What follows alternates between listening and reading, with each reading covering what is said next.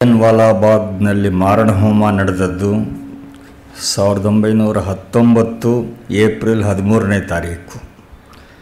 ಹೀಗೆ ಆ ದುರ್ಘಟನೆಯ 90ನೇ ವರ್ಷದ ಸ್ಮರಣೆಗೆ ನಾವು ಸೇರಿದ್ದೀವಿ.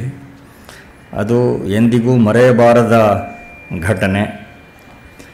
ಬ್ರಿಟಿಷರದು ಸಭ್ಯ ನಾಗರಿಕತೆ ಅಂತ ಯಾರ್ಯಾರು ಭ್ರಮೆ ಪಟ್ಟುಕೊಂಡಿದ್ರು ಅವರಿಗೆಲ್ಲ ಬ್ರಿಟಿಷರ ನೈಜ ಸ್ವಭಾವವನ್ನು ಅರ್ಥ ಮಾಡಿಸಿದ ಘಟನೆ ಅದಾಯಿತು.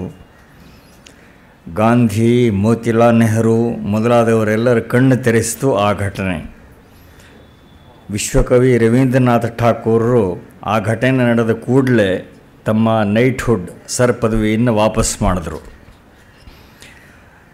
ರೌಲಟ್ ಕಾಯ್ದೆಯನ್ನು ಪ್ರತಿಭಟಿಸೋದಕ್ಕೆ ಸೇರಿದ್ದ ನಿಶಸ್ತ್ರ ಪ್ರಜೆಗಳ ಮೇಲೆ ಡೈಯರ್ ಮತ್ತು ಆ್ಯಂಡರ್ಸನ್ ಅವರು ಪ್ರಹಾರ ನಡೆಸಿ ಅಮಾನುಷವಾದ ಕ್ರೌರ್ಯ ನಡೆಸಿ, ಹೀಗೆ ವಿವರಗಳೆಲ್ಲ ಹೆಚ್ಚು ಜನಕ್ಕೆ ಗೊತ್ತಿದೆ. ಇವತ್ತು ಕೂಡ ಪ್ರಸ್ತಾವ ಆಗೋದಿದೆ. ಒಟ್ಟಿನ ಮೇಲೆ ಸ್ವಾತಂತ್ರ್ಯ ಹೋರಾಟಕ್ಕೆ ತೀವ್ರತೆಯನ್ನು ತಂದುಕೊಟ್ಟ ಘಟನೆ ಅದು ಅನ್ನೋದಂತೂ ನಿಸ್ಸಂದೇಹ. ಮನವಿ, ಪ್ರಾರ್ಥನೆ, ಬೇಡಿಕೆಗಳಿಂದ ಸ್ವಾತಂತ್ರ್ಯ ಬಂದುಬಿಡುತ್ತೆ ಅಂತ ಯಾವ ಆಗಿನ ನಾಯಕ ವರ್ಗ ಭ್ರಮಿಸಿತ್ತೋ ಅದಕ್ಕೆ ಬಹುಶಃ ಶಾಕ್ ಟ್ರೀಟ್ಮೆಂಟ್ ಕೊಡೋದಕ್ಕೋಸ್ಕರನೇ ದೈವ ಈ ಏರ್ಪಾಟು ಮಾಡ್ತು ಅಂತ ಕಾಣುತ್ತೆ. ಯಾಕೆಂದರೆ ನಮ್ಮ ಜನ ಸ್ವಭಾವತಃ ನಿಧಾನಸ್ಥರು. 1919ರ ಅಂತ್ಯದವರೆಗೆ ಸುಧಾರಣಾವಾದಿಗಳಾಗಿದ್ದ ಗಾಂಧಿಯವರು 1919ರಲ್ಲೂ ಇನ್ನೂ ಡೊಮಿನಿಯನ್ ಸ್ಟೇಟಸ್ ಬಗ್ಗೆನೇ ಮಾತಾಡ್ತಾ ಇದ್ದರು. ಸ್ವಾತಂತ್ರ್ಯದ ಬಗ್ಗೆ ಮಾತಾಡ್ತಾ ಇರಲಿಲ್ಲ ಗಾಂಧಿಯವರು. ಅದೇ ಜಲಿಯನ್ವಾಲಾ ಬಾಗ್ ಘಟನೆ ಹೊಮ್ಮಿದ ಪ್ರತಿಕ್ರಿಯೆಗಳನ್ನು ಗಮನಿಸಿದ ಮೇಲಷ್ಟೇ ಅವರು ಅಸಹಕಾರವಾದಿಗಳಾದದ್ದು ಮತ್ತು ಅವರ ಕೈಸರಿ ಹಿಂದ್ ಪದಕವನ್ನು ವಾಪಸ್ ಮಾಡಿದ್ದು ಇತ್ಯಾದಿ. ಹೀಗೆ ಗಾಂಧಿಯವರ ಅಸಹಕಾರ ಚಳವಳಿಗೆ ಜನ್ಮ ಇತ್ತದ್ದು ಜಲಿಯನ್ವಾಲಾ ಬಾಗ್ ಘಟನಾವಳಿ. ಇಂಗ್ಲೆಂಡ್ನಲ್ಲೂ ಅದರ ಪರಿಣಾಮಗಳು ಆಗದೇ ಇರಲಿಲ್ಲ. ಭಾರತ ವ್ಯವಹಾರ ಸಚಿವ ಸೆಕ್ರೆಟರಿ ಆಫ್ ಸ್ಟೇಟ್ ಎಡ್ವಿನ್ ಮಾಂಟೆಗು ತನಗಿದ್ದ ಗೌರವ ಎಲ್ಲ ಕಳ್ಕೊಂಡ. 1922ರಲ್ಲಿ ಲಾರ್ಡ್ ಜಾರ್ಜ್ ಅವನ್ನ ಡಿಸ್ಮಿಸ್ ಮಾಡ್ದ. 1924ರಲ್ಲಿ ಸತ್ತಾಗ ಅವನಿಗಿನ್ನೂ 45 ವರ್ಷ. ಭಾರತದ ಉಳಿದ ಭಾಗಗಳವರಿಗೆ ಜಲಿಯನ್ವಾಲಾ ಬಾಗಿನ ಅಮಾನವೀಯ ವಿವರಗಳೆಲ್ಲ ತಿಳಿದದ್ದು ಎಷ್ಟೋ ಸಮಯದ ನಂತರ. ಕಾಂಗ್ರೆಸ್ ಎಂಕ್ವೈರಿ ಕಮಿಟಿಯ ವರದಿ ಇದೆಲ್ಲ ಪ್ರಕಟ ಆದ ಮೇಲೆ. ಆ ಘಟನಾವಳಿಯ ಹಿನ್ನೆಲೆ, ಮುನ್ನೆಲೆ, ಪರಿಣಾಮ ಸರಣಿ ಅದನ್ನೆಲ್ಲ ಕುರಿತು ಮಾತನಾಡೋದಕ್ಕೆ ಇವತ್ತು ನಮ್ಮ ನಡುವೆ ನಮಗೆ ಪರಿಚಿತರೇ ಆದ ಚಕ್ರವರ್ತಿ ಸೂಲಿಬೆಲೆ ಅವರು ಬಂದಿದ್ದಾರೆ. ಚಕ್ರವರ್ತಿ ಸೂಲಿಬೆಲೆ ಪೂರ್ಣಾವಧಿ ಸಾಮಾಜಿಕ ಕಾರ್ಯಕರ್ತರು, ಒಳ್ಳೆಯ ಲೇಖಕರು, ಒಳ್ಳೆಯ ವಾಗ್ಮಿ, ಇಂಜಿನಿಯರಿಂಗ್ ಪದವೀಧರರು. ಆದರೆ ಯಾವುದೇ ಉದ್ಯೋಗವನ್ನು ವೃತ್ತಿಯನ್ನು ಹಿಡಿಯದೆ ತಮ್ಮೆಲ್ಲ ಪ್ರತಿಭೆಯನ್ನು, ಸಮಯವನ್ನು ಪೂರ್ಣವಾಗಿ ಸಮಾಜ ಕಾರ್ಯಕ್ಕೆ ಮೀಸಲಿಟ್ಟಿದ್ದಾರೆ. ಹಲವು ಸ್ವದೇಶಿ ಪರ ಸಂಘಟನೆಗಳಲ್ಲಿ ಶ್ರಮಿಸಿದ್ದಾರೆ. ಹಲವು ದಿನಪತ್ರಿಕೆ, ವಾರಪತ್ರಿಕೆಗಳಿಗೆ ಅಂಕಣಗಳನ್ನು ಬರೆದಿದ್ದಾರೆ. ಸ್ವದೇಶಿ ಚಿಂತನೆಗೆ ಸಂಬಂಧಿಸಿದ ಪುಸ್ತಕಗಳನ್ನು, ಲೇಖನಗಳನ್ನು ಬರೆದಿದ್ದಾರೆ. ನಮ್ಮ ನಾಡಿನ ತೀರ್ಥಕ್ಷೇತ್ರಗಳ ಬಗ್ಗೆ ಅವರು ನೀಡಿದ ಉಪನ್ಯಾಸ ಸರಣಿಗಳು ದೂರದರ್ಶನ ಮಾಧ್ಯಮ ಚಾನೆಲ್ಗಳಲ್ಲಿ ತುಂಬ ಜನಪ್ರಿಯ ಆಗಿವೆ. ಭಾರತೀಯ ಸಂಸ್ಕೃತಿ ಪ್ರತಿಷ್ಠಾನದ ಕಾರ್ಯಕರ್ತರಾಗಿ ಸೇವೆ ಸಲ್ಲಿಸಿದ್ದಾರೆ. ಅಖಿಲ ಭಾರತ ಸಂಘಟನೆಯಾದ ಸಂಸ್ಕಾರ ಭಾರತೀಯ ಕರ್ನಾಟಕ ಪ್ರಾಂತ ಉಪಾಧ್ಯಕ್ಷರಾಗಿದ್ದಾರೆ. ಈಗ ರಾಷ್ಟ್ರೀಯತಾಪರವಾದ ಬರವಣಿಗೆಯಲ್ಲಿ ಸಿದ್ಧಹಸ್ತರಾಗಿದ್ದಾರೆ.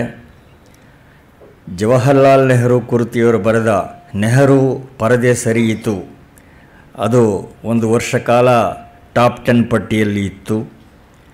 ಈಗ 2 ವರ್ಷ ಹಿಂದೆ ಅವರು 1857ರ ಪ್ರಥಮ ಸ್ವಾತಂತ್ರ್ಯ ಸಂಗ್ರಾಮ ಕುರಿತು ಬರೆದ ಗ್ರಂಥ ವ್ಯಾಪಕ ಪ್ರಶಂಸೆಯನ್ನು ಗಳಿಸಿದೆ. ಈಗ 5 ವರ್ಷ ಹಿಂದೆ ಇವರು ಬರೆದ ಸ್ವಾತಂತ್ರ್ಯವೀರ ಸಾವರ್ಕರ್ ಆ ಗ್ರಂಥ ಬೆಸ್ಟ್ ಸೆಲ್ಲರ್ ಆಗಿ ಮಾರಾಟದ ದಾಖಲೆಯನ್ನೇ ಸೃಷ್ಟಿಸಿತು. ಹೀಗೆ ಒಟ್ಟಿನ ಮೇಲೆ ರಾಷ್ಟ್ರಭಕ್ತಿಗೆ ಇಂಬು ಕೊಡುವ ಬಗೆಬಗೆಯ ಕಾರ್ಯಗಳಿಗೆ ತಮ್ಮನ್ನು ಅರ್ಪಿಸಿಕೊಂಡಿದ್ದಾರೆ. ರಾಮಕೃಷ್ಣ ಮಠದ ನಿತಾಂತ ಭಕ್ತರೂ ಆಗಿದ್ದಾರೆ. ಇದೇ ವೇದಿಕೆಯಲ್ಲಿ ಅವರು ಭಗತ್ ಸಿಂಗ್ ಬಗ್ಗೆ, ಸಾವರ್ಕರ್ ಬಗ್ಗೆ, ಮದನ್ ಲಾಲ್ ಧಿಂಗ್ರಾ ಬಗ್ಗೆ ಉಪನ್ಯಾಸಗಳು ಮಾಡಿರೋದು ನಿಮ್ಮಲ್ಲಿ ಅನೇಕರಿಗೆ ನೆನಪಿನಲ್ಲಿ ಇದೆ ಅಂತ ಭಾವಿಸ್ತೇನೆ. ಇದೀಗ ಜಲಿಯನ್ ವಾಲಾ ಬಾಗ್ ಘಟನಾವಳಿಯ ಬಗ್ಗೆ ಚಕ್ರವರ್ತಿ ಸೂಲಿಬೆಲೆ ಅವರು ತಮ್ಮ ಉಪನ್ಯಾಸ ನೀಡಬೇಕು ಅಂತ ಪ್ರಾರ್ಥನೆ ಮಾಡುತ್ತೇನೆ.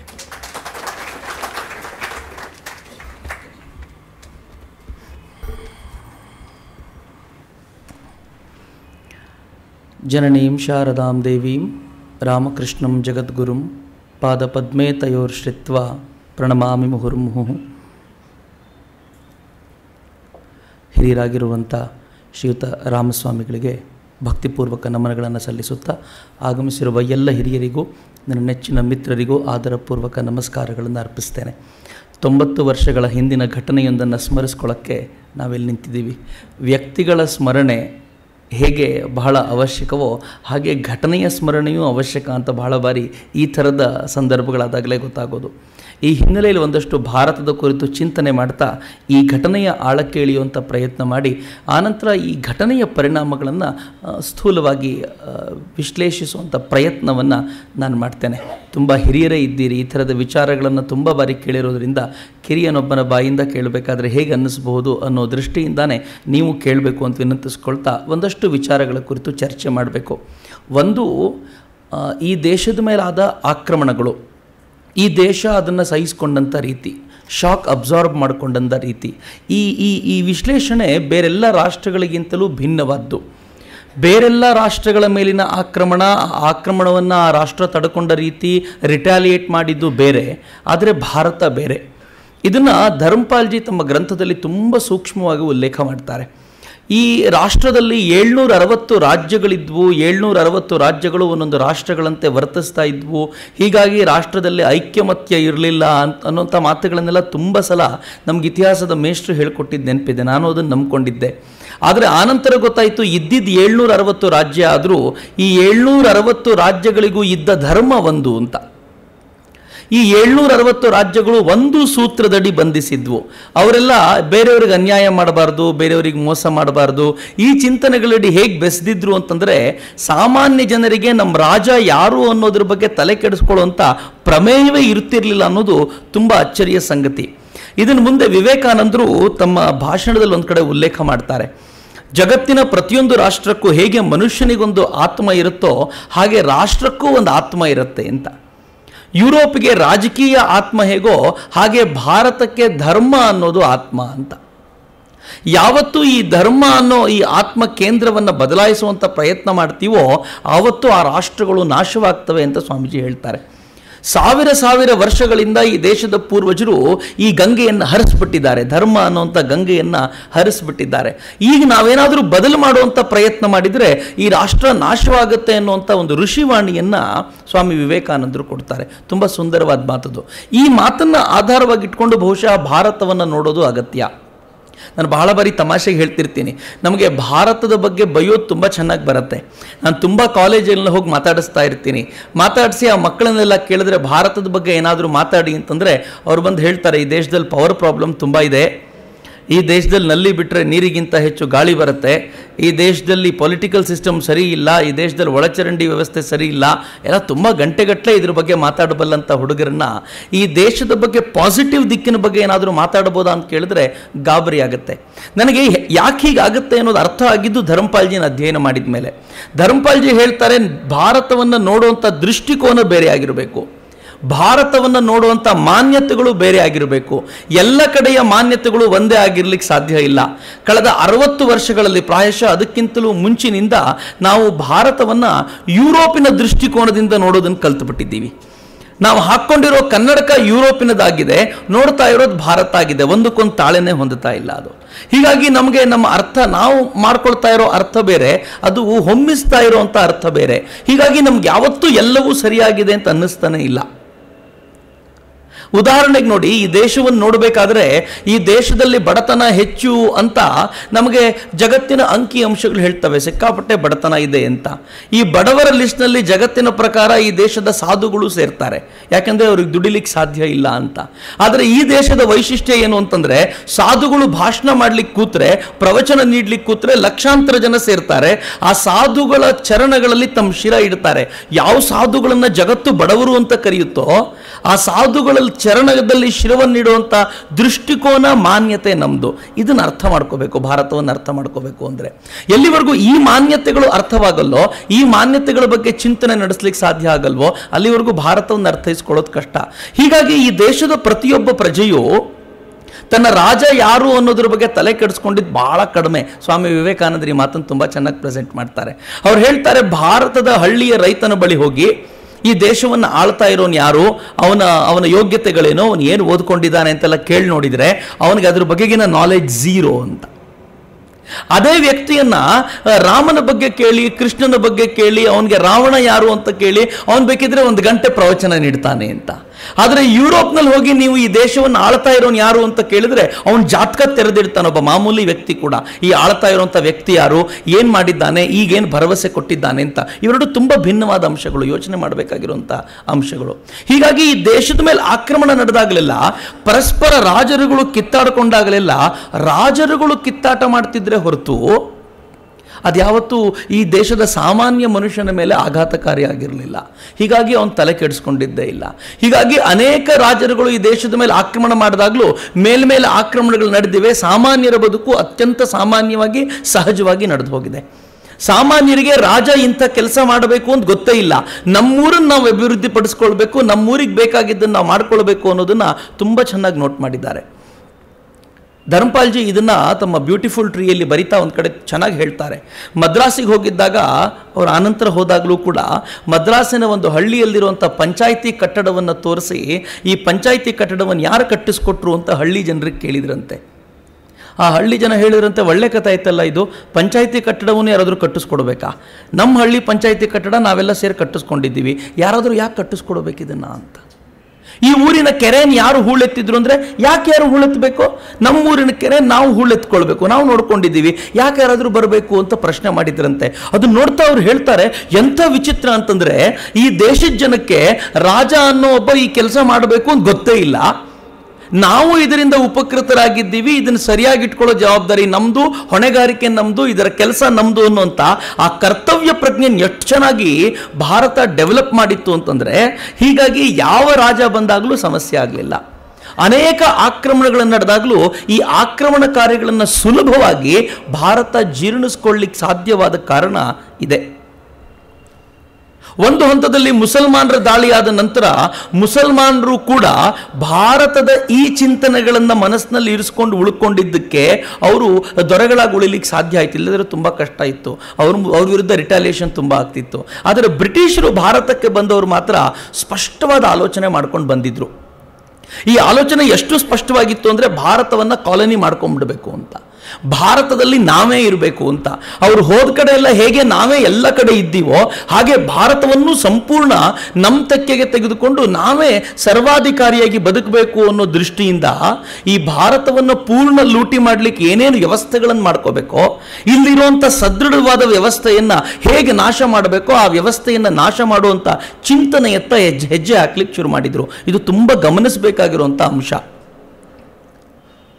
ವ್ಯವಸ್ಥೆಯನ್ನು ತುಂಡರಿಸೋದಿದೆಯಲ್ಲ, ಯಾವುದೋ ಒಂದು 1000 ವರ್ಷಗಳ ಕಾಲದಿಂದ ಋಷಿಗಳ ಚಿಂತನೆಯಿಂದ ಬೆಳಕೊಂಡು ಬಂದಿರುವಂಥ ಒಂದು ವ್ಯವಸ್ಥೆಯನ್ನು ತುಂಡರಿಸುವಂಥ ಕೆಲಸವನ್ನು ಅತ್ಯಂತ ಸುವ್ಯವಸ್ಥಿತವಾಗಿ ಮಾಡಿದ್ದವರು ಬ್ರಿಟಿಷರು. ಜಗತ್ತಿನ ಎಲ್ಲ ಭಾಗದಲ್ಲೂ ಕೂಡ ಈ ವ್ಯವಸ್ಥೆಯನ್ನು ತುಂಡರಿಸುವಂಥ ಕೆಲಸವನ್ನು ಅವ್ರು ಮಾಡಿ ಜನರನ್ನೇ ಮೂಲೋತ್ಪಾಟನೆ ಮಾಡಿದ್ರು, ನಾಶ ಮಾಡಿದರು. ಅವರು ಎಲ್ಲೆಲ್ಲಿ ಕಾಲಿಟ್ಟರೋ ಅಲ್ಲಿನ ಮೂಲ ನಿವಾಸಿಗಳನ್ನು ಅಕ್ಷರಶಃ ನಾಶ ಮಾಡಿದರು. ಯಾರೂ ಇರಬಾರದು, ನಾವು ಮಾತ್ರ ಇರಬೇಕು ಅನ್ನೋ ಅರ್ಥದಲ್ಲಿ. ಇದಕ್ಕೆ ಕಾರಣವೂ ಇದೆ, ತಪ್ಪಲ್ಲ. ಇದನ್ನು ಕೂಡ ಮದ್ರಾಸಿನ ಭಾಷಣದಲ್ಲಿ ಸ್ವಾಮಿ ವಿವೇಕಾನಂದರು ವಿಶ್ಲೇಷಣೆ ಮಾಡ್ತಾರೆ. ಜಗತ್ತಿನಲ್ಲಿ 2 ಪ್ರಾಮಿನೆಂಟ್ ನಾಗರಿಕತೆಗಳಿವೆ, ಒಂದು ಗ್ರೀಕ್ನ ನಾಗರಿಕತೆ, ಮತ್ತೊಂದು ಭಾರತದ ನಾಗರಿಕತೆ ಅಂತ. ಗ್ರೀಕ್ನ ನಾಗರಿಕತೆ ಮತ್ತು ಭಾರತದ ನಾಗರಿಕತೆಯ ವೈಶಿಷ್ಟ್ಯವನ್ನು ಅವರು ಕಟ್ಟಿಡೋದು ಎರಡು ಪದದಲ್ಲಿ. ಒಂದು ಬಹಿರ್ಮುಖ ನಾಗರಿಕತೆ, ಮತ್ತೊಂದು ಅಂತರ್ಮುಖ ನಾಗರಿಕತೆ. ಈ ಅಂತರ್ಮುಖ ನಾಗರಿಕತೆಗೆ ಕಾರಣ ಇದೆ. ಯಾಕೆ ಅಂತರ್ಮುಖಿ ಆಯಿತು ಭಾರತ ಅಂತಂದ್ರೆ, ಇಲ್ಲಿ ಕೇಳಿದ್ದೆಲ್ಲವೂ ಸಿಗ್ಲಿಕ್ಕೆ ಶುರುವಾಯಿತು. ನೀವು ಯಾವ ಮರವನ್ನು ನೋಡಿದ್ರು ಹಣ್ಣು ಕೊಡುತ್ತೆ, ಎಲ್ಲಿ ನೋಡಿದ್ರು ನೀರು ಸಿಗುತ್ತೆ, ಮೇಲ್ ಹಿಮಾಲಯ ಇದೆ, ಸಾಗರಗಳಿವೆ, ಸಾಕಷ್ಟು ನದಿಗಳು ಹರಿಯುತ್ತೆ, ಎಲ್ಲ ಸಿಗುತ್ತೆ. ಎಲ್ಲ ಸಿಕ್ಕ ನಂತರ ಇಲ್ಲಿನ ವ್ಯಕ್ತಿಗಳು ತಮ್ಮ ಹತ್ರ ಇದ್ದಿದ್ದನ್ನ ಬೇರೆಯವರಿಗೆ ಕೊಟ್ಟಿದ್ದಲ್ಲದೆ ತಾವು ಇದ್ದ ಜಾಗದಿಂದ ಎತ್ತರಕ್ಕೆ ಬೆಳೆಯೋದು ಹೇಗೆ ಅಂತ ಯೋಚನೆ ಮಾಡ್ಲಿಕ್ಕೆ ಶುರು ಮಾಡಿದ್ರು. ಆದರೆ ಜಗತ್ತಿನ ಅನೇಕ ರಾಷ್ಟ್ರಗಳು ಹೇಗಿವೆ ಅಂತಂದ್ರೆ, ಅವರು ನೀರು ಬೇಕು ಅಂತ ಬಾವಿ ಕೊರೆದ್ರೆ ಪೆಟ್ರೋಲ್ ಸಿಗುತ್ತೆ, ನೀರು ಸಿಗಲ್ಲ. ಹೀಗಾಗಿ ಪಕ್ಕದವ್ರ ತಟ್ಟೆಯನ್ನು ನೋಡ್ತಾ ಉಳಿಬೇಕಾದಂಥ ಪರಿಸ್ಥಿತಿ ಬಂತು. ಬಹಿರ್ಮುಖ ನಾಗರಿಕತೆ ಡೆವಲಪ್ ಆಗ್ಬಿಡ್ತು. ಗ್ರೀಕ್ನಿಂದ ಪ್ರೇರಿತರಾದ ಪ್ರತಿಯೊಂದು ನಾಗರಿಕತೆಯೂ ಕೂಡ ಈ ತರ ಬಹಿರ್ಮುಖವಾದ ಚಿಂತನೆಯನ್ನ ತನ್ನದಾಗಿಸಿಕೊಂಡು ಇತರರ ಮೇಲೆ ದಾಳಿ ಮಾಡೋದು, ಇತರರನ್ನ ನಾಶ ಮಾಡೋದು, ತಾನೇ ಎಲ್ಲ ಕಡೆ ಹೋಗೋದು, ತಾನೇ ತಾನಾಗೋದು ಅನ್ನೋಂಥ ಪ್ರಯತ್ನ ಮಾಡುತ್ತೆ ಅಂತ ಹೇಳ್ತಾರಲ್ಲ, ತುಂಬಾ ಚೆನ್ನಾಗಿರುವಂಥ ಅಂಶ ಅದು. ಹಾಗೆ ಭಾರತ ಅಂತರ್ಮುಖಿಯಾಗಿ ಜಗತ್ತನ್ನ ಸ್ವೀಕರಿಸುವಂತ ಪ್ರಯತ್ನ ಮಾಡ್ತಲ್ಲ, ಜಗತ್ತಿನ ಜನರನ್ನು ಕರ್ಕೊಳ್ಳುವಂತ ಪ್ರಯತ್ನ ಮಾಡ್ತಲ್ಲ, ಇದು ಕೂಡ ಶ್ರೇಷ್ಠವಾದ ಚಿಂತನೆ. ಈ ಎರಡೂ ಚಿಂತನೆಗಳ ಆಧಾರದ ಮೇಲೆ ನೋಡಿದಾಗ ಗೊತ್ತಾಗುತ್ತೆ, ಈ ರೀತಿಯ ಆಕ್ರಮಣಕಾರಿಗಳಾಗಿ ಬಂದಂತ ಬ್ರಿಟಿಷರು, ಯುರೋಪಿಯನ್ರು ಈ ಭಾರತವನ್ನು ಒಂದು ಕಾಲನಿ ಮಾಡಿಕೊಳ್ಬೇಕು, ಈ ಭಾರತದ ವ್ಯವಸ್ಥೆಯನ್ನು ಮೂಲೋತ್ಪಾಟನೆ ಮಾಡಬೇಕು ಅಂತ ಸ್ಪಷ್ಟವಾದ ದಿಕ್ಕಲ್ಲಿ ಆಲೋಚನೆ ಮಾಡಿದರು. ಈ ಹಿನ್ನೆಲೆಯಲ್ಲಿ 1857ರ ಸಂಗ್ರಾಮ ಅತ್ಯಂತ ಮಹತ್ವದ ಘಟ್ಟ. 1857ರ ಸಂಗ್ರಾಮ ಭಾರತ ತಾನು ಮುಕ್ತವಾಗಬೇಕು ಅನ್ನುವಂಥ ಒಂದು ಇಚ್ಛೆಯನ್ನ ಸಂಪೂರ್ಣವಾಗಿ ಹೊರಗಡೆ ಇತ್ತು. ಇಡೀ ದೇಶ ಒಂದಾಯಿತು. ದೇಶ ಒಂದಾಗಿ ಇವರನ್ನ ಇಲ್ಲಿಂದ ಓಡಿಸಬೇಕು ಅನ್ನುವಂಥ ಪ್ರಯತ್ನ ಮಾಡ್ತು. ಆ ಪ್ರಯತ್ನದಲ್ಲಿ ಸೋಲಾದರೂ ಕೂಡ ಬ್ರಿಟಿಷರಿಗೊಂದು ಎಚ್ಚರಿಕೆಯ ಗಂಟೆ ಹೋಯ್ತು, ಇದು ನಾವು ಅಂದುಕೊಂಡಂತೆ ಇರುವಂತ ರಾಷ್ಟ್ರ ಅಲ್ಲ. ಈ ರಾಷ್ಟ್ರವನ್ನ ಸುಲಭವಾಗಿ ನಮ್ಮ ತೆಕ್ಕೆಗೆ ಹಾಕೊಳ್ಳಿಕ್ಕೆ ಸಾಧ್ಯ ಆಗಲ್ಲ. ಈ ರಾಷ್ಟ್ರವನ್ನ ತೆಕ್ಕೆಗೆ ಹಾಕೋಬೇಕು ಅಂದ್ರೆ ನಾವು ಮಾಡಬೇಕಾಗಿರುವಂತ ಯೋಜನೆಗಳು, ನೀತಿ ನಿಯಮಗಳು ಬೇರೆ. ಹೀಗಾಗಿ ಹಂತ ಹಂತವಾಗಿ ಈ ದೇಶವನ್ನ ಹಾಳು ಮಾಡುವಂಥದ್ದು ಹೇಗೆ ಅನ್ನೋದನ್ನ ಅವ್ರು ವ್ಯವಸ್ಥಿತವಾಗಿ ಪ್ಲಾನ್ ಮಾಡ್ಕೊಂಡೇ ಬಂದರು. ಈ ಇಂಡಿಯನ್ ಎಜುಕೇಶನ್ ಆಕ್ಟ್ ಅದರಲ್ಲಿ ಒಂದು. ಈ ದೇಶದ ಶಿಕ್ಷಣ ವ್ಯವಸ್ಥೆಯನ್ನು ಹಾಳು ಮಾಡಬೇಕು ಅನ್ನುವಂಥ ಮೆಕಾಲೆಯ ಪ್ರಯತ್ನ, ವ್ಯವಸ್ಥೆಯನ್ನು ನಾಶ ಮಾಡುವಂಥ ಪ್ರಯತ್ನ. ಈ ದೇಶದಲ್ಲಿ ಅರಣ್ಯದಲ್ಲಿ ಜನಾಂಗ ಯಾರಿದ್ದಾರೆ, ಟೆಕ್ನಾಲಜಿಕಲಿ ತುಂಬಾ ಇಂಪ್ರೂವ್ಡ್ ಯಾರಿದ್ದಾರೆ, ಅವರ ಅರಣ್ಯಕ್ಕೆ ಹೋಗದೇ ಇರುವಂತೆ, ಅವರ ಟೆಕ್ನಿಕಲ್ ಸ್ಕಿಲ್ ಹೊರಗೆ ಬರದೇ ಇರುವಂತೆ ಅವರನ್ನು ನಾಶ ಮಾಡಬೇಕು ಅನ್ನುವಂಥ ಪ್ರಯತ್ನ ಮಾಡಿ ಇಂಡಿಯನ್ ಫಾರೆಸ್ಟ್ ಆಕ್ಟ್ ತಂದ್ರಲ್ಲ, ಅದು ಎರಡನೇ ಪ್ರಯತ್ನ. ಈ ದೇಶದ ಪ್ರತಿಯೊಂದು ವ್ಯವಸ್ಥೆಯನ್ನ ನೀವು ನೋಡ್ಕೊಳ್ಬೇಡಿ, ಇದು ಸರ್ಕಾರದ ಜವಾಬ್ದಾರಿ, ಸರ್ಕಾರ ನೋಡ್ಕೊಳ್ಳುತ್ತೆ ಅಂತ ಹೇಳಿದ್ರಲ್ಲ, ಅದು ಮೂರನೇ ಪ್ರಯತ್ನ. ಜನರನ್ನ ಮೈಗಳರನ್ನಾಗಿ ಮಾಡುವಂತ ಪ್ರಯತ್ನ. ನಿಮ್ ಜವಾಬ್ದಾರಿ ಬಿಟ್ಬಿಡಿ, ನೀವು ತೆರಿಗೆಯನ್ನ ಸರ್ಕಾರಕ್ಕೆ ಕಟ್ಕೊಳ್ಳಿ, ಸರ್ಕಾರ ಉಳಿದಿದ್ದೆಲ್ಲ ಕೆಲಸ ಮಾಡುತ್ತೆ, ನೀವು ನಿಮ್ ಬಗ್ಗೆ ತಲೆ ಕೆಡಿಸ್ಕೊಳ್ಬೇಡಿ ಅಂತ ತುಂಬಾ ಸಹಜವಾಗಿ ಹೇಳ್ಬಿಟ್ರು ಅವರು. ಈ 100 ವರ್ಷಗಳ ಈ ಪ್ರಯತ್ನ ಎಷ್ಟು ಚೆನ್ನಾಗಿ ನಮ್ಮನ್ನು ಅದಕ್ಕೆ ಅಡಿಕ್ಟ್ ಮಾಡಿಬಿಡ್ತು ಅಂತಂದ್ರೆ, 1000 ವರ್ಷಗಳ ಕಾಲ ಬಿಲ್ಡಪ್ ಮಾಡಿದ ಒಂದು ವ್ಯವಸ್ಥೆಯನ್ನ ಸಹಜವಾಗಿ ಕಳ್ಕೊಳ್ಳಿಕ್ಕೆ ಶುರು ಮಾಡಿದ್ವಿ. 1857ರ ನಂತರ ಈ ಪ್ರಯತ್ನಗಳು ತುಂಬ ತೀವ್ರವಾಗಿದ್ದರಿಂದ ಇದನ್ನು ಉಲ್ಲೇಖಿಸಬೇಕಾಗಿ ಬಂತು. ಈ ಹಿನ್ನೆಲೆಯಲ್ಲಿ ನೋಡ್ತಾ ಹೋದಾಗ ಈ ಭಾರತದ ಒಂದು ಟರ್ನ್ಔಟ್ ಇದೆಯಲ್ಲ, ಸ್ವಾತಂತ್ರ್ಯದ ಕುರಿತಾದಂಥ ಒಂದು ಟರ್ನ್ಔಟ್ ಇದೆಯಲ್ಲ, ಆ ಟರ್ನ್ಔಟ್ಗೆ ಒಂದು 2-3 ಘಟನೆಗಳನ್ನು ನಾವು ಸ್ಪಷ್ಟವಾಗಿ ನಮ್ಮ ಮುಂದಿರಿಸ್ಕೊಳ್ಬೇಕಾಗತ್ತೆ. ಒಂದು 1905ರ ವಂಗಭಂಗ ಚಳುವಳಿ. 1857ರ ನಂತರ ಅಲ್ಲಲ್ಲಿ ಸಣ್ಣ ಪುಟ್ಟ ದಂಗೆಗಳು ನಡೆದುವಾದರೂ 1905ರ ವಂಗಭಂಗ ಚಳುವಳಿ ಏನಿದೆ, ಅದು ಇಡೀ ಭಾರತ ಮತ್ತೊಮ್ಮೆ ಸ್ವಾತಂತ್ರ್ಯದ ದಿಕ್ಕಿನಲ್ಲಿ ಹೆಜ್ಜೆ ಹಾಕ್ತಿದೆ ಅನ್ನೋದನ್ನ ತನಗೆ ತಾನು ಸ್ಪಷ್ಟಪಡಿಸ್ಕೊಳ್ತು. ಬೇರೆಯವ್ರಿಗೆ ಏನು ಹೇಳುತ್ತೋ ಬಿಡುತ್ತೋ, ಆದರೆ ತನಗೆ ತಾನು ಎಷ್ಟು ಚೆನ್ನಾಗಿ ಸ್ಪಷ್ಟಪಡಿಸ್ಕೊಳ್ತು ಅಂತಂದ್ರೆ, ಇಡೀ ಭಾರತ ಒಂದಾಗಿತ್ತು ಅವತ್ತು. ಬಂಗಾಳ ಅನ್ನುವಂಥ ಈ ದೊಡ್ಡ ರಾಜ್ಯವನ್ನ 2 ಭಾಗವಾಗಿ ಸಹಜವಾಗಿ ಆಡಳಿತಾತ್ಮಕವಾಗಿ ವಿಭಜನೆ ಮಾಡಿದ್ರಲ್ಲಿ ತಪ್ಪಿಲ್ಲ. ಆದರೆ ಬ್ರಿಟಿಷರು ಎಷ್ಟು ಬುದ್ಧಿವಂತರು ಅಂತಂದ್ರೆ, ನಾನು ಹೇಳಿದ್ನಲ್ಲ, ವ್ಯವಸ್ಥೆಯನ್ನು ನಾಶ ಮಾಡಬೇಕು, ಈ ದೇಶದಲ್ಲಿರೋ ಏಕತೆಯನ್ನು ನಾಶ ಮಾಡಬೇಕು ಅನ್ನೋ ಪ್ರಯತ್ನದಲ್ಲಿ ಹಿಂದೂಗಳನ್ನ ಮುಸಲ್ಮಾನರನ್ನ ಪ್ರತ್ಯೇಕಿಸಿದ್ರು. ಅವರಿಗೊಂದು ಪ್ರತ್ಯೇಕ ರಾಜ್ಯ, ಇವರಿಗೊಂದು ಪ್ರತ್ಯೇಕ ರಾಜ್ಯ ಅಂತಂದ್ರು. ಈ ಮೂಲಕ ಅವರಿಬ್ಬರಲ್ಲಿ ಕಚ್ಚಾಟಕ್ಕೆ ಹಚ್ಚುವಂತ ಪ್ರಯತ್ನವನ್ನ ಅವರು ತುಂಬಾ ಸಹಜವಾಗಿ ಮಾಡಿದ್ರು. ಆದರೆ ಇದನ್ನು ಸರಿಯಾಗಿ ಗುರುತಿಸಿದ ಭಾರತದ ನಾಯಕರು ಒಂದಾಗಿ ಒಂದು ಹೊಸ ಆಂದೋಲನವನ್ನ ಆ ನೆಪದಲ್ಲಿ ಹುಟ್ಟುಹಾಕಿದ್ರು. ಸುಮಾರು 6 ವರ್ಷಗಳ ಕಾಲ ದೀರ್ಘ ಆಂದೋಲನ, ಬಹುಶಃ ಭಾರತ ಕಂಡಂತ ಅತ್ಯಂತ ಶ್ರೇಷ್ಠ ಆಂದೋಲನಗಳಲ್ಲಿ ಒಂದು. ಈ ಆಂದೋಲನ ಹೇಗಿತ್ತು ಅಂತಂದ್ರೆ, ಆಗಿನ್ನೂ ಮಹಾತ್ಮ ಗಾಂಧೀಜಿಯವರು ಎಂಟ್ರಿಯೂ ಆಗಿರಲಿಲ್ಲ. ಮಹಾತ್ಮ ಗಾಂಧೀಜಿಯವರು ಭಾರತದ ಸೀನ್ನಲ್ಲಿ ಇರಲಿಲ್ಲ. ಆ ಸಂದರ್ಭದಲ್ಲಿ ಈ ಇಡೀ ಆಂದೋಲನ ಎಷ್ಟು ಚೆನ್ನಾಗಿ ರೂಪುಗೊಳ್ತು ಅಂತಂದ್ರೆ, ಒಂದು ಲಾಜಿಕಲ್ ಎಂಡ್ಗೆ ಒಂದು ವಿಚಾರವನ್ನು ತಗೊಂಡು ಹೋಗುವಂತ ಪ್ರಯತ್ನವನ್ನು ತೋರಿಸ್ತು. 6 ವರ್ಷಗಳ ಕಾಲದ ಈ ದೀರ್ಘ ಹೋರಾಟಕ್ಕೆ ಬ್ರಿಟಿಷರೇ ಮಣಿಬೇಕಾಗಿ ಬಂತು. ಬ್ರಿಟಿಷರ ಕೊನೆಗೆ ಬಂಗಾಳ ವಿಭಜನೆಯನ್ನು ರದ್ದುಪಡಿಸಿದ್ದೀವಿ ಅಂತ 1911ರಲ್ಲಿ ಹೇಳಿದ್ದಿದೆಯಲ್ಲ, ಅದೊಂದು ರೀತಿ ಒಂದು ಅಪೂರ್ವವಾದ ಸಾಧನೆ. ಈ ಸಾಧನೆ ಇಡೀ ರಾಷ್ಟ್ರಕ್ಕೆ ಒಂದು ಶಕ್ತಿಯನ್ನು ತುಂಬೋ ಹಂತಕ್ಕೆ 1919ರಲ್ಲಿ ಈ ಜಲಿಯನ್ ವಾಲಾಬಾಗ್ ಘಟನೆ ನಡೀತು. ಈ ಜಲಿಯನ್ ವಾಲಾಬಾಗ್ ಒಂದು ಘಟನೆಯಾಗಿ ತುಂಬ ಚೆನ್ನಾಗಿದೆ. ಭಾರತದಲ್ಲಿ ಈ ಥರದ ಘಟನೆಗಳು ಹಲವಾರಿವೆ, ಅದರ ಪ್ರಾಮಿನೆಂಟ್ ಆಗಿ 2 ಘಟನೆಗಳನ್ನು ಮಾತ್ರ ಉಲ್ಲೇಖ ಮಾಡೋದು. ಕಾಕೋರಿ ದರೋಡೆ ಕೂಡ ಈ ಘಟನೆಗಳಲ್ಲಿ ಒಂದು ಅತ್ಯದ್ಭುತವಾದ ಘಟನೆ ಆದರೂ ಕೂಡ ಈ 1919ರ ಜಲಿಯನ್ ವಾಲಾಬಾಗ್ ಘಟನೆಯನ್ನು ನಾವೆಲ್ಲರೂ ಸ್ಮರಿಸಿಕೊಳ್ಳೇಬೇಕು. ಯಾಕೆ ಅಂತಂದರೆ ಆ ಘಟನೆ ಭಾರತದ ಕ್ರಾಂತಿಕಾರಿ ಇತಿಹಾಸಕ್ಕೆ ಒಂದು ಸ್ಪಷ್ಟವಾದ ತಿರುವನ್ನು ಕೊಡ್ತು. ಗಾಂಧೀಜಿ ಭಾರತಕ್ಕೆ ಎಂಟ್ರಿ ಆದ ನಂತರ ಸ್ವಲ್ಪ ಹಿನ್ನೆಲೆಯನ್ನು ಗಮನಿಸ್ತಾ ಹೋದರೆ ಗೊತ್ತಾಗುತ್ತೆ. ಗಾಂಧೀಜಿ ಭಾರತಕ್ಕೆ ಎಂಟ್ರಿ ಆದ ತಕ್ಷಣ ಮಾಡಿದ ಮೊದಲ ಕೆಲಸ ಗೋಖಲೆಯವರನ್ನ ಭೇಟಿ ಮಾಡಿದ್ದು.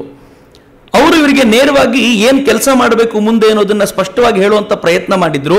ಹೀಗಾಗಿ ಗಾಂಧೀಜಿ ಸಂಪೂರ್ಣ ಭಾರತವನ್ನು ತಿರುಗಾಡಿ ತನ್ನ ಮುಂದಿನ ಯೋಜನೆ ಏನು ಅನ್ನೋದನ್ನ ಪ್ಲಾನ್ ಮಾಡಿಕೊಂಡ್ರು. ಆಫ್ರಿಕಾದಲ್ಲಿ ತಾವು ಮಾಡಿದ್ದಂಥ ಸತ್ಯಾಗ್ರಹ, ನಾನ್ ಕೋಆಪರೇಷನ್ ಏನಿದೆ ಅದನ್ನು ಭಾರತಕ್ಕೂ ತಾನು ತರಬೇಕು ಅನ್ನುವಂಥ ಪ್ರಯತ್ನದಲ್ಲಿದ್ದಾಗ ಅವರು ಮೊದಲ ನೋಟಕ್ಕೆ ಗೊತ್ತಾಯಿತು ಇದು ಆಫ್ರಿಕಾದಷ್ಟು ಸುಲಭ ಅಲ್ಲ. ಭಾರತ 30,000 40,000 ಜನ ಇರುವಂಥ ರಾಷ್ಟ್ರ ಅಲ್ಲ, ಕೋಟ್ಯಂತರ ಜನ ಇದ್ದಾರೆ. ಈ ಕೋಟ್ಯಂತರ ಜನರ ಚಿಂತನೆಗಳು ಬೇರೆ ಬೇರೆ ಇವೆ. ಪ್ರತಿ 100 ಕಿಲೋಮೀಟರ್ಗೆ ಒಂದು ಸಂಸ್ಕೃತಿ ಬದಲಾಗುತ್ತೆ, ಪ್ರತಿ 100 ಕಿಲೋಮೀಟರ್ಗೆ ಭಾಷೆ ಬದಲಾಗುತ್ತೆ. ಇವರೆಲ್ಲರನ್ನೂ ಬೆಸಬೇಕು ಅಂದರೆ ಒಂದು ದೊಡ್ಡ ಸಾಧನೆಯೇ ಬೇಕು. ಇದನ್ನು ಚೆನ್ನಾಗಿ ಅರ್ಥ ಮಾಡಿಕೊಂಡ ಗಾಂಧೀಜಿ ನಿಧಾನವಾಗಿ ತಮ್ಮ ಕೆಲಸ ಶುರು ಮಾಡಿದ್ರು. ಅವ್ರು ಮಾಡಿದ್ರು, ಬಿಡಲಿಲ್ಲ. ಬಿಹಾರದಲ್ಲಿ ನೀಲಿ ಬೆಳೆಗಾರರನ್ನ ಸಂಘಟಿಸಿಕೊಂಡು ಸರ್ಕಾರ ಅವರಿಗೆ ಮಾಡ್ತಿದ್ದಂಥ ಅನ್ಯಾಯವನ್ನು ಪ್ರತಿಭಟಿಸಬೇಕು ಅಂತ ಮೊದಲಿಗೆ ಸತ್ಯಾಗ್ರಹದ ಅದಕ್ಕೆ ರೂಪು ಕೊಟ್ಟು ಆ ಸತ್ಯಾಗ್ರಹವನ್ನು ವ್ಯಾಪಕವಾಗಿ ಮಾಡುವಂಥ ಪ್ರಯತ್ನ ಮಾಡಿದ್ರು. ಅಲ್ಟಿಮೇಟ್ ಆಗಿ ಜಯ ಸಿಕ್ಬಿಡ್ತು ಗಾಂಧೀಜಿಗೆ. ಬ್ರಿಟಿಷರು ಗಾಂಧೀಜಿಯವರ ಸತ್ಯಾಗ್ರಹಕ್ಕೆ ಮಣಿದು ಗಾಂಧೀಜಿಗೆ ಆ ಅನ್ಯಾಯವನ್ನು ಸರಿಪಡಿಸೋದಕ್ಕೆ ಮಾತುಕತೆಗೆ ಬನ್ನಿ ಅಂತ ಕರೆದ್ರು. ಗಾಂಧೀಜಿಗೆ ಒಂದು ಉತ್ಸಾಹ ಬರಲಿಕ್ಕೆ ಶುರುವಾಯಿತು. ಆನಂತರ ಮಿಲ್ ಓನರ್ಗಳು ಮಿಲ್ ಕೂಲಿಕಾರರಿಗೆ ಕಾರ್ಮಿಕರಿಗೆ ಸಂಬಳ ಕಡಿಮೆ ಕೊಡ್ತಾ ಇದ್ರು ಅನ್ನೋ ನಿಟ್ಟಿನಲ್ಲಿ ಗಾಂಧೀಜಿ ಅಲ್ಲೊಂದು ಹೋರಾಟ ಶುರು ಮಾಡಿದ್ರು. ಅವ್ರ ಜೊತೆ ತಾವು ಪಟ್ಟಾಗಿ ನಿಂತರು. ಆ ಕೂಲಿ ಕಾರ್ಮಿಕರಿಗೆ ಗಾಂಧೀಜಿ ನಮ್ಮವರು ಅನ್ನಿಸ್ಲಿಕ್ಕೆ ಶುರುವಾಯಿತು. ಅವರಿಗೂ ಕೂಡ ಅಲ್ಲಿಯೂ ಜಯ ಸಿಗುವಂತ ಹಂತಕ್ಕೆ ಬಂತು. ಗಾಂಧೀಜಿ ರೈತರ ಪರವಾಗಿ ನಿಂತರು. ಗಾಂಧೀಜಿ ರೈತರ ಪರವಾಗಿ ನಿಂತಾಗ ರೈತರಿಗೂ ಗಾಂಧೀಜಿಯ ಕಾರಣದಿಂದ ಜಯ ಸಿಗಲಿಕ್ಕೆ ಶುರುವಾಯಿತು. ನಿಧಾನವಾಗಿ ಗಾಂಧೀಜಿಯ ಟೇಸ್ಟ್ ಅನ್ನ ಜನ ಸವಿಲಿಕ್ಕೆ ಶುರು ಮಾಡಿದ್ರು. ಮತ್ತು ಇನ್ನೊಂದು ವಿಚಾರ ಇದೆ, ಗಾಂಧೀಜಿ ನೇರವಾಗಿ ತಮ್ಮವರಾಗಿಸ್ಕೊಂಡಿದ್ದು ಈ ನೆಗ್ಲೆಕ್ಟೆಡ್ ಮಾಸನ್ನು. ಸ್ವಾಮಿ ವಿವೇಕಾನಂದರು ಯಾವಾಗಲೂ ಹೇಳ್ತಿದ್ರಲ್ಲ, ನಾವೊಂದು ದೊಡ್ಡ ಮಾಸನ್ನು ನೆಗ್ಲೆಕ್ಟ್ ಮಾಡಿದ್ದೀವಿ, ಎಲ್ಲಿವರೆಗೂ ಆ ಮಾಸನ್ನು ನಮ್ದಾಗಿಸ್ಕೊಳ್ಳಲ್ವೋ ಅಲ್ಲಿವರೆಗೂ ನಿಮ್ಮ ಸಾಧನೆಗೆ ಜಯ ಇಲ್ಲ ಅಂತ. ಗಾಂಧೀಜಿ ಅತ್ಯಂತ ಬುದ್ಧಿವಂತಿಕೆಯಿಂದ ಆ ಮಾಸನ್ನು ತಮ್ಮದಾಗಿಸ್ಕೊಂಡ್ರು. ಯಾವಾಗ ಸಾಮಾನ್ಯ ಜನ ಗಾಂಧೀಜಿಯ ಪರವಾಗಿ ನಿಲ್ತಾರೆ ಅಂತ ಗೊತ್ತಾಯ್ತೋ ಅವರ ಆತ್ಮವಿಶ್ವಾಸ ಜಾಸ್ತಿ ಆಗಲಿಕ್ಕೆ ಶುರುವಾಯಿತು. ಆ ವೇಳೆಗೆ ಈ ರೌಲೆಟ್ ಬಿಲ್ ಇಂಟ್ರೊಡ್ಯೂಸ್ ಆಯಿತು. ಏನಿದು ರೌಲೆಟ್ ಬಿಲ್? ರೌಲೆಟ್ ಅನ್ನುವಂಥ ಒಬ್ಬ ಬ್ರಿಟಿಷ್ ಅಧಿಕಾರಿ ಈ ದೇಶದಲ್ಲಿ 1917ರವರೆಗೂ ಆಗಿರುವಂಥ ಎಲ್ಲ ಕ್ರಾಂತಿಯ ಪುಟಗಳನ್ನೆಲ್ಲ ನೋಟ್ ಮಾಡಿ ಅದನ್ನು ಪ್ರೆಸೆಂಟ್ ಮಾಡಿದ ಸರ್ಕಾರಕ್ಕೆ. ಅದ್ರ ಜೊತೆಗೆ ಈ ರೀತಿ ಕ್ರಾಂತಿ ಕಾರ್ಯಗಳನ್ನ ಹಾಗೆ ಈ ರೀತಿ ಕ್ರಾಂತಿಯ ವಿಚಾರಗಳನ್ನು ದಮನ ಮಾಡಲಿಕ್ಕೆ ಏನೇನು ಮಾಡಬಹುದು ಅನ್ನುವಂಥ ನಿಯಮಗಳನ್ನು ಕೊಟ್ಟ. ಕ್ರಾಂತಿ ಆದಾಗ ಕ್ರಾಂತಿಯನ್ನ ಮಟ್ಟ ಹಾಕೋದು ಸರಿ, ಆದರೆ ರೌಲೆಟ್ ಬಿಲ್ ನಲ್ಲಿ ತುಂಬಾ ಸ್ಪಷ್ಟವಾಗಿ ಹೇಳಲಾಯಿತು, ಯಾವತ್ತೂ ಕೂಡ ಭಾರತೀಯ ಪ್ರತಿಯೊಬ್ಬರನ್ನು ಕ್ರಾಂತಿಕಾರಿ ಅಂತಾನೆ ಟ್ರೀಟ್ ಮಾಡಬೇಕು ಅನ್ನೋ ರೀತಿಯಲ್ಲಿ ಇತ್ತದು. ನೀವು ಯಾರನ್ನ ಯಾವಾಗ ಬೇಕಾದ್ರೂ ಮನೆಯಿಂದ ಪೊಲೀಸ್ ಸ್ಟೇಷನ್ಗೆ ಕರ್ಕೊಂಡು ಹೋಗ್ಬೋದು, ಯಾವಾಗ ಬೇಕಿದ್ರು ಅವನನ್ನ ಹರಾಸ್ ಮಾಡ್ಬೋದು, ಅವನ ಮೇಲೆ ಚಾರ್ಜ್ ಶೀಟೇ ಮಾಡದೆ ಅವನನ್ನ ಕರ್ಕೊಂಡು ಬಂದು ವಾಪಸ್ ಮನೆಗೆ ಬಿಡ್ಬೋದು, ಏನ್ ಬೇಕಿದ್ರು ಮಾಡ್ಬೋದು ಅಂತ. ಒಬ್ಬ ಮನುಷ್ಯನನ್ನ ಪ್ರಾಣಿಯ ತರ ಕಾಣಲಿಕ್ಕೆ ಏನೇನು ಮಾಡಬೇಕೋ ಅಷ್ಟನ್ನೂ ಕೂಡ ಮಾಡುವಂತ ಅಧಿಕಾರವನ್ನ ರೌಲೆಟ್ ಬಿಲ್ ಕೊಟ್ಬಿಡ್ತು. ಈ ರೌಲೆಟ್ ಬಿಲ್ ಹೀಗಿದೆ ಅಂತ ಗೊತ್ತಾದಾಗಲೇ ಈ ದೇಶದಲ್ಲಿ ಅಜಿಟೇಷನ್ ಶುರುವಾಯಿತು. ಈ ರೌಲೆಟ್ ಬಿಲ್ನ ಒಪ್ಕೊಳ್ಬಾರ್ದು, ನಾವು ಇದು ಒಪ್ಕೊಂಡ್ರೆ ತುಂಬಾ ಕಷ್ಟ ಆಗುತ್ತೆ ಅಂತ. ಆಗಲೇ ಗಾಂಧೀಜಿ ಹೇಳಿದ್ರು, ರೌಲೆಟ್ ಬಿಲ್ನ ನೀವೇನಾದ್ರೂ ಪಾಸ್ ಮಾಡಿದ್ದೆ ಇದ್ರೆ ನಾನು ಸತ್ಯಾಗ್ರಹ ಮಾಡ್ತೀನಿ ಅಂತ. ಹಾಗೇನು ಗಾಂಧೀಜಿನ ಕೇರ್ ಮಾಡೋ ಪರಿಸ್ಥಿತಿಯಲ್ಲಿ ಅವ್ರು ಯಾರೂ ಇರಲಿಲ್ಲ. ಅಂತೂ ಇಂತೂ ರೌಲೆಟ್ ಬಿಲ್ನ ಪಾಸ್ ಮಾಡಿ ಆಯಿತು. ಅಲ್ಲಿವರೆಗೂ ಒಂದು ಘಟ್ಟ. ಈ ರೌಲೆಟ್ ಬಿಲ್ನ ಪಾಸ್ ಮಾಡೋ ಹೊತ್ತಿಗೆ ಗಾಂಧೀಜಿ ಸತ್ಯಾಗ್ರಹ ಕರೆ ಕೊಟ್ಟರು. ಸತ್ಯಾಗ್ರಹ ಮಾರ್ಚ್ 30ಕ್ಕಿತ್ತು, ಆನಂತರ ಏಪ್ರಿಲ್ 6ಕ್ಕೆ ಅಂತ ಆಗಬೇಕಿತ್ತು. ದೆಹಲಿಯಲ್ಲಿ ಏಪ್ರಿಲ್ 6ಕ್ಕೆ ಸತ್ಯಾಗ್ರಹ, ಗಾಂಧೀಜಿ ಹೇಳಿದ ರೀತಿಯಲ್ಲಿ ಸತ್ಯಾಗ್ರಹ ಮಾಡಬೇಕು ಅಂತ ಎಲ್ಲರೂ ಬೀದಿಗೆ ಬಂದು ಇಳಿದ್ರು. ಆದರೆ ಪೊಲೀಸರು ಬಿಡಲಿಲ್ಲ, ಲಾಠಿ ಚಾರ್ಜ್ ಮಾಡಿದ್ರು, ಗುಂಡು ಹಾರಿಸಿದ್ರು. ಆ ಗುಂಡನ್ನು ಹಾರಿಸಿದ ನಂತರ ಜನ ಕೋಪೋದ್ರಿಕ್ತರಾಗಿ ಉಲ್ಟಾ ತಿರುಗಿದ್ರು. ಅದರ ಗಲಾಟೆಗಳು ತೀವ್ರವಾದವು. ಗಾಂಧೀಜಿಯನ್ನು ಬಂಧಿಸಲಾಯಿತು. ಯಾವಾಗ ಗಾಂಧೀಜಿಯನ್ನು ಬಂಧಿಸಿದ್ರೋ, ಗಾಂಧೀಜಿಯ ಫೇಮ್ ಎಲ್ಲೆಲ್ಲಿತ್ತೋ ಅಲ್ಲೆಲ್ಲ ರಿಟಾಲಿಯೇಷನ್ಗಳು ಜೋರಾಗೋಯ್ತು. ಅಹಮದಾಬಾದ್ನಲ್ಲಿ ಗಾಂಧೀಜಿಯನ್ನು ಬಂಧಿಸಿದ ಸುದ್ದಿ ಕಾಡ್ಗಿಚ್ಚಿನಂತೆ ಹಬ್ಬಿ ಅಹಮದಾಬಾದ್ನಲ್ಲಿ ಯಾವ ಪರಿ ರಿಟಾಲಿಯೇಷನ್ ಆಯಿತು ಅಂತಂದ್ರೆ ಪೊಲೀಸರನ್ನು ಕೊಂದು ಹಾಕಿದ್ರು ಅಲ್ಲಿನ ಜನ. ಹಾಗೆ ಪೊಲೀಸರನ್ನು ಕೊಂದಾಕಿದ ತಕ್ಷಣ ಗಾಂಧೀಜಿ, ನೀವಿನ್ನೂ ಸತ್ಯಾಗ್ರಹಕ್ಕೆ ಬೆಳೆದಿಲ್ಲ, ನನ್ನ ದೃಷ್ಟಿಕೋನದ ಜನ ನೀವಲ್ಲ, ನಾನು ಸತ್ಯಾಗ್ರಹವನ್ನು ವಾಪಸ್ ತಗೋತೀನಿ ಅಂತಂದರು.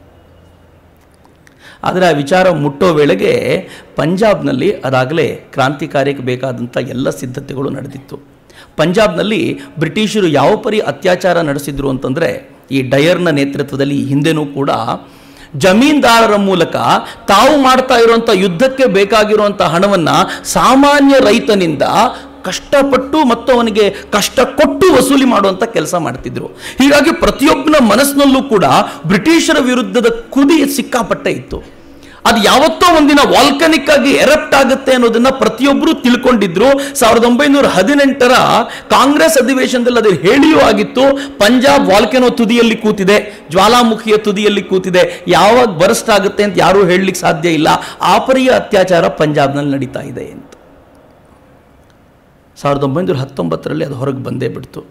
ಗಾಂಧೀಜಿಯನ್ನು ಬಂಧಿಸಿದ್ದಾರೆ ಅಂತ ಗೊತ್ತಾಯಿತು. ಅದಕ್ಕೋಸ್ಕರ ಸತ್ಯಾಗ್ರಹವನ್ನು ಸಹಜವಾಗಿ ಮಾಡಿದರು. ಆದರೆ ಸತ್ಯಾಗ್ರಹ ಮಾಡ್ತಾರೆ ಅಂತ ಗೊತ್ತಾದ ತಕ್ಷಣ ಪಂಜಾಬಿನ ತುಂಬ ಪ್ರಸಿದ್ಧ ಲೀಡರ್ಗಳಾಗಿದ್ದಂಥ ಸೈಫುದ್ದೀನ್ ಕಿಚ್ಲು ಅಂಥ ನಾಯಕರನ್ನು ಕೂಡ ಕರ್ಕೊಂಡೋಗಿ ಬ್ರಿಟಿಷರು ಜೈಲಿಗೆ ಹಾಕಿಬಿಟ್ರು. ಯಾವಾಗ ಜೈಲಿಗೆ ಹಾಕಿದ್ರೋ ಸರ್ಕಾರ ಇನ್ನೂ ತೀವ್ರವಾಗಿ, ಜನ ಇನ್ನೂ ತೀವ್ರವಾಗಿ ಪ್ರತಿಭಟನೆ ಶುರು ಮಾಡಿದರು. ರೈಲ್ವೆ ಹಳಿಗಳ ಮೇಲೆ ಅಡ್ಡವಾಗಿ ಮಲಗಿದ್ರು. ಬ್ರಿಟಿಷರು ಸಹಜವಾಗಿ ಅವ್ರ ಮೇಲೆಲ್ಲ ಗುಂಡು ಹಾರಿಸಿದ್ರು. ಅನೇಕರು ಪ್ರಾಣಾರ್ಪಣೆ ಮಾಡಬೇಕಾದಂಥ ಪರಿಸ್ಥಿತಿ ಬಂತು. ಅಮೃತ್ಸರದಲ್ಲಿ ನಡೆದ ಘಟನೆ. ಈ ಪ್ರಾಣಾರ್ಪಣೆ ಆದ ನಂತರ 11ನೇ ತಾರೀಕು ಅವರೆಲ್ಲ ಏನು ಮಾಡಿದ್ರು, ಯಾರ್ಯಾರು ಪ್ರಾಣಾಹುತಿಗೊಂಡಿದ್ರೋ, ಯಾರ್ಯಾರು ಪ್ರಾಣಾರ್ಪಣೆ ಮಾಡಿದ್ರೋ ಅಂಥವರ ಶವಯಾತ್ರೆ ಏನು ಮಾಡಿದ್ರು. ಆ ವೇಳೆಗೆ ಡಯರ್ ಒಂದು ಸ್ಪಷ್ಟವಾದ ನಿರ್ದೇಶನ ತಗೊಂಡ.